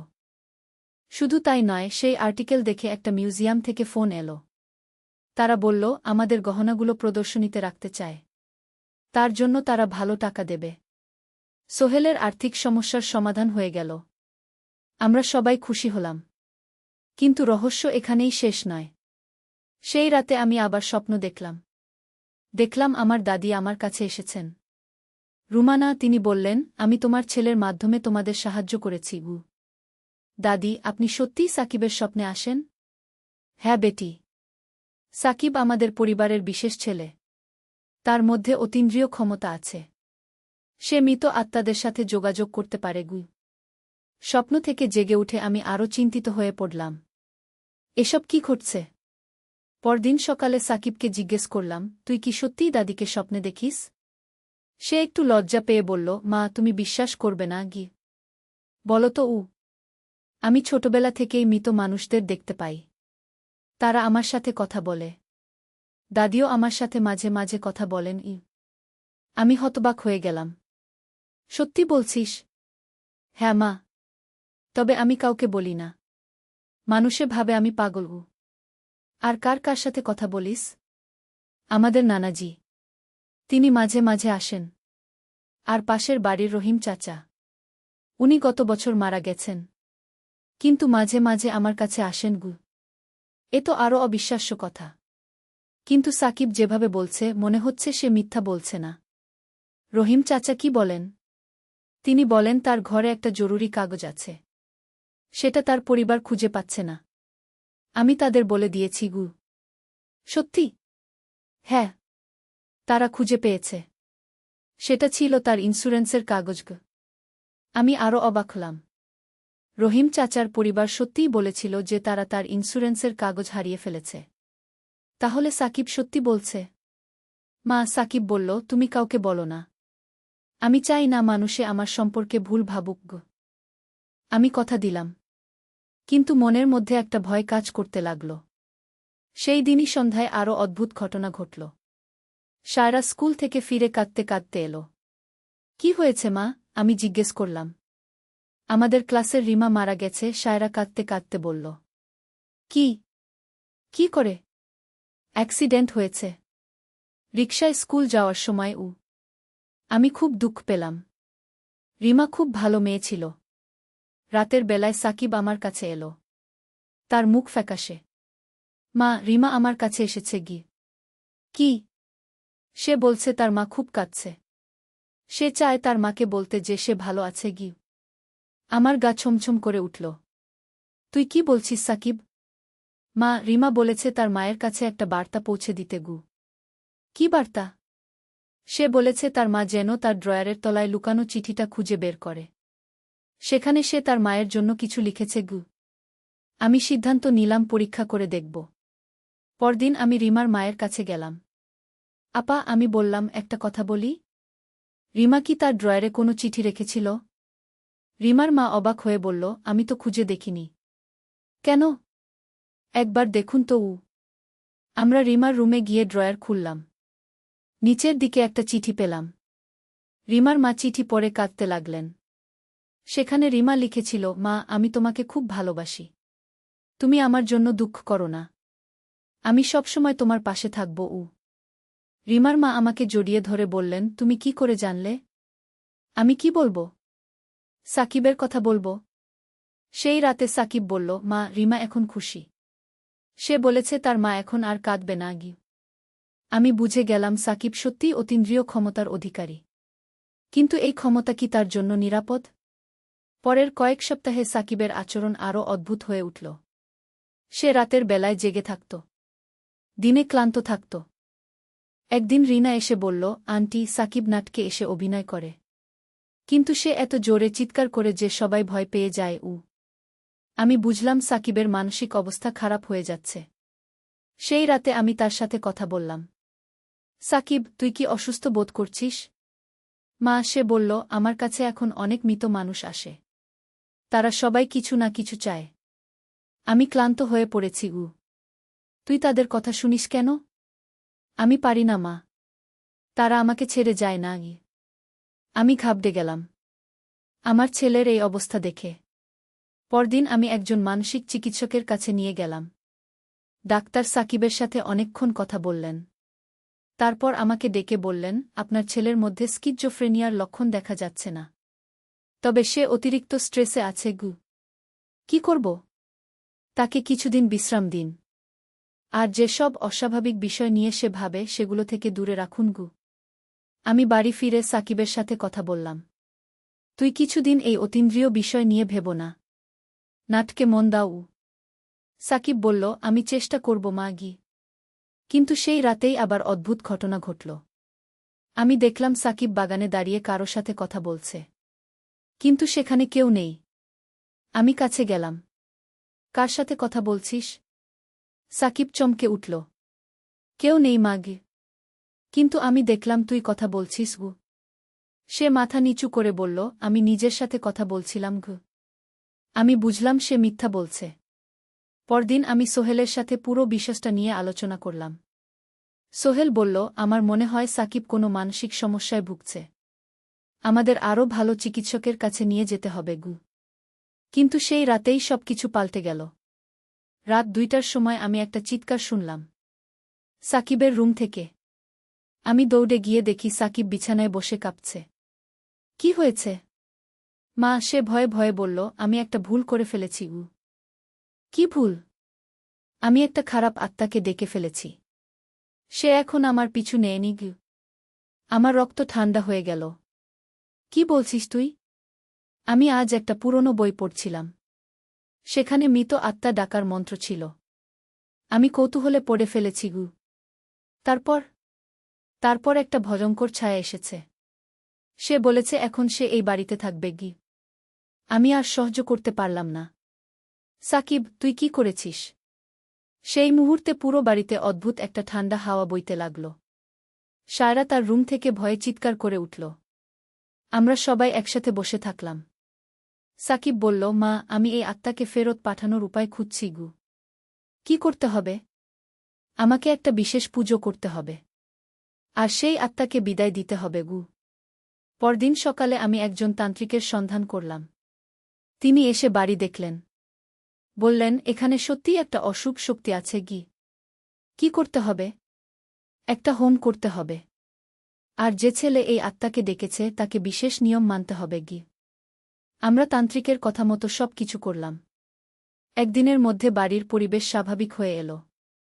সাকিব আমার কাছে এসে কাঁদতে কাঁদতে বলল, মা, আমি আর কখনো এই কাজ করব না। আমি তাকে বুকে নিয়ে বললাম, তুই এখন থেকে শুধু পড়াশোনা আর নাটক নিয়ে থাক। অন্য কিছু নিয়ে ভেব না। তারপর থেকে সাকিবের জীবন স্বাভাবিক হয়ে উঠল। সে আর কোনো অতীন্দ্রিয় বিষয় নিয়ে কথা বলে না। রিনার সাথে তার বিয়ে ঠিক হয়েছে। তারা দুজনেই খুব খুশি। এখন আমি বুঝতে পারি আমার ছেলে সত্যিই বিশেষ ক্ষমতার অধিকারী ছিল। কিন্তু সেই ক্ষমতা তার জন্য বিপজ্জনক ছিল। আজ সাকিব আমাকে বলল, মা, আমি এখন বুঝতে পারি কেন দাদি আমাকে সাবধান করেছিলেন। তিনি বলেছিলেন এই ক্ষমতা সঠিকভাবে ব্যবহার না করলে বিপদ হতে পারে। তুই এখন কি করবি? আমি এই ক্ষমতা ব্যবহার করব শুধু মানুষের ভালোর জন্য। কিন্তু খুব সাবধানে। আমি গর্বিত যে আমার ছেলে এত বুদ্ধিমান। সে জানে কখন কি করতে হবে। এখন আমাদের পরিবার আবার শান্তিতে আছে। সাকিব তার থিয়েটারের কাজে মন দিয়েছে। সায়রা স্কুলে ভালো করছে। সোহেলের অফিসের সমস্যাও সমাধান হয়েছে। কিন্তু মাঝে মাঝে আমি ভাবি, জীবনে এত রহস্য কেন? হয়তো এই রহস্যই জীবনকে আকর্ষণীয় করে তোলে। আজও কখনো কখনো সাকিব আমাকে বলে যে দাদি তার স্বপ্নে এসেছেন। কিন্তু এখন আর ভয় পাই না। কারণ আমি জানি দাদি আমাদের ভালোর জন্যই আসেন। এই ছিল আমাদের পারিবারিক রহস্যের গল্প। একটি অভূতপূর্ব অভিজ্ঞতা যা আমরা কখনো ভুলব না। আর সাকিব এখন বলে, মা, আমি এখন বুঝি যে জীবনে যা কিছু ঘটে সব কিছুরই একটা কারণ আছে। আর সেই কারণ সবসময় আমাদের ভালোর জন্যই। আমিও এখন সেই কথাই বিশ্বাস করি।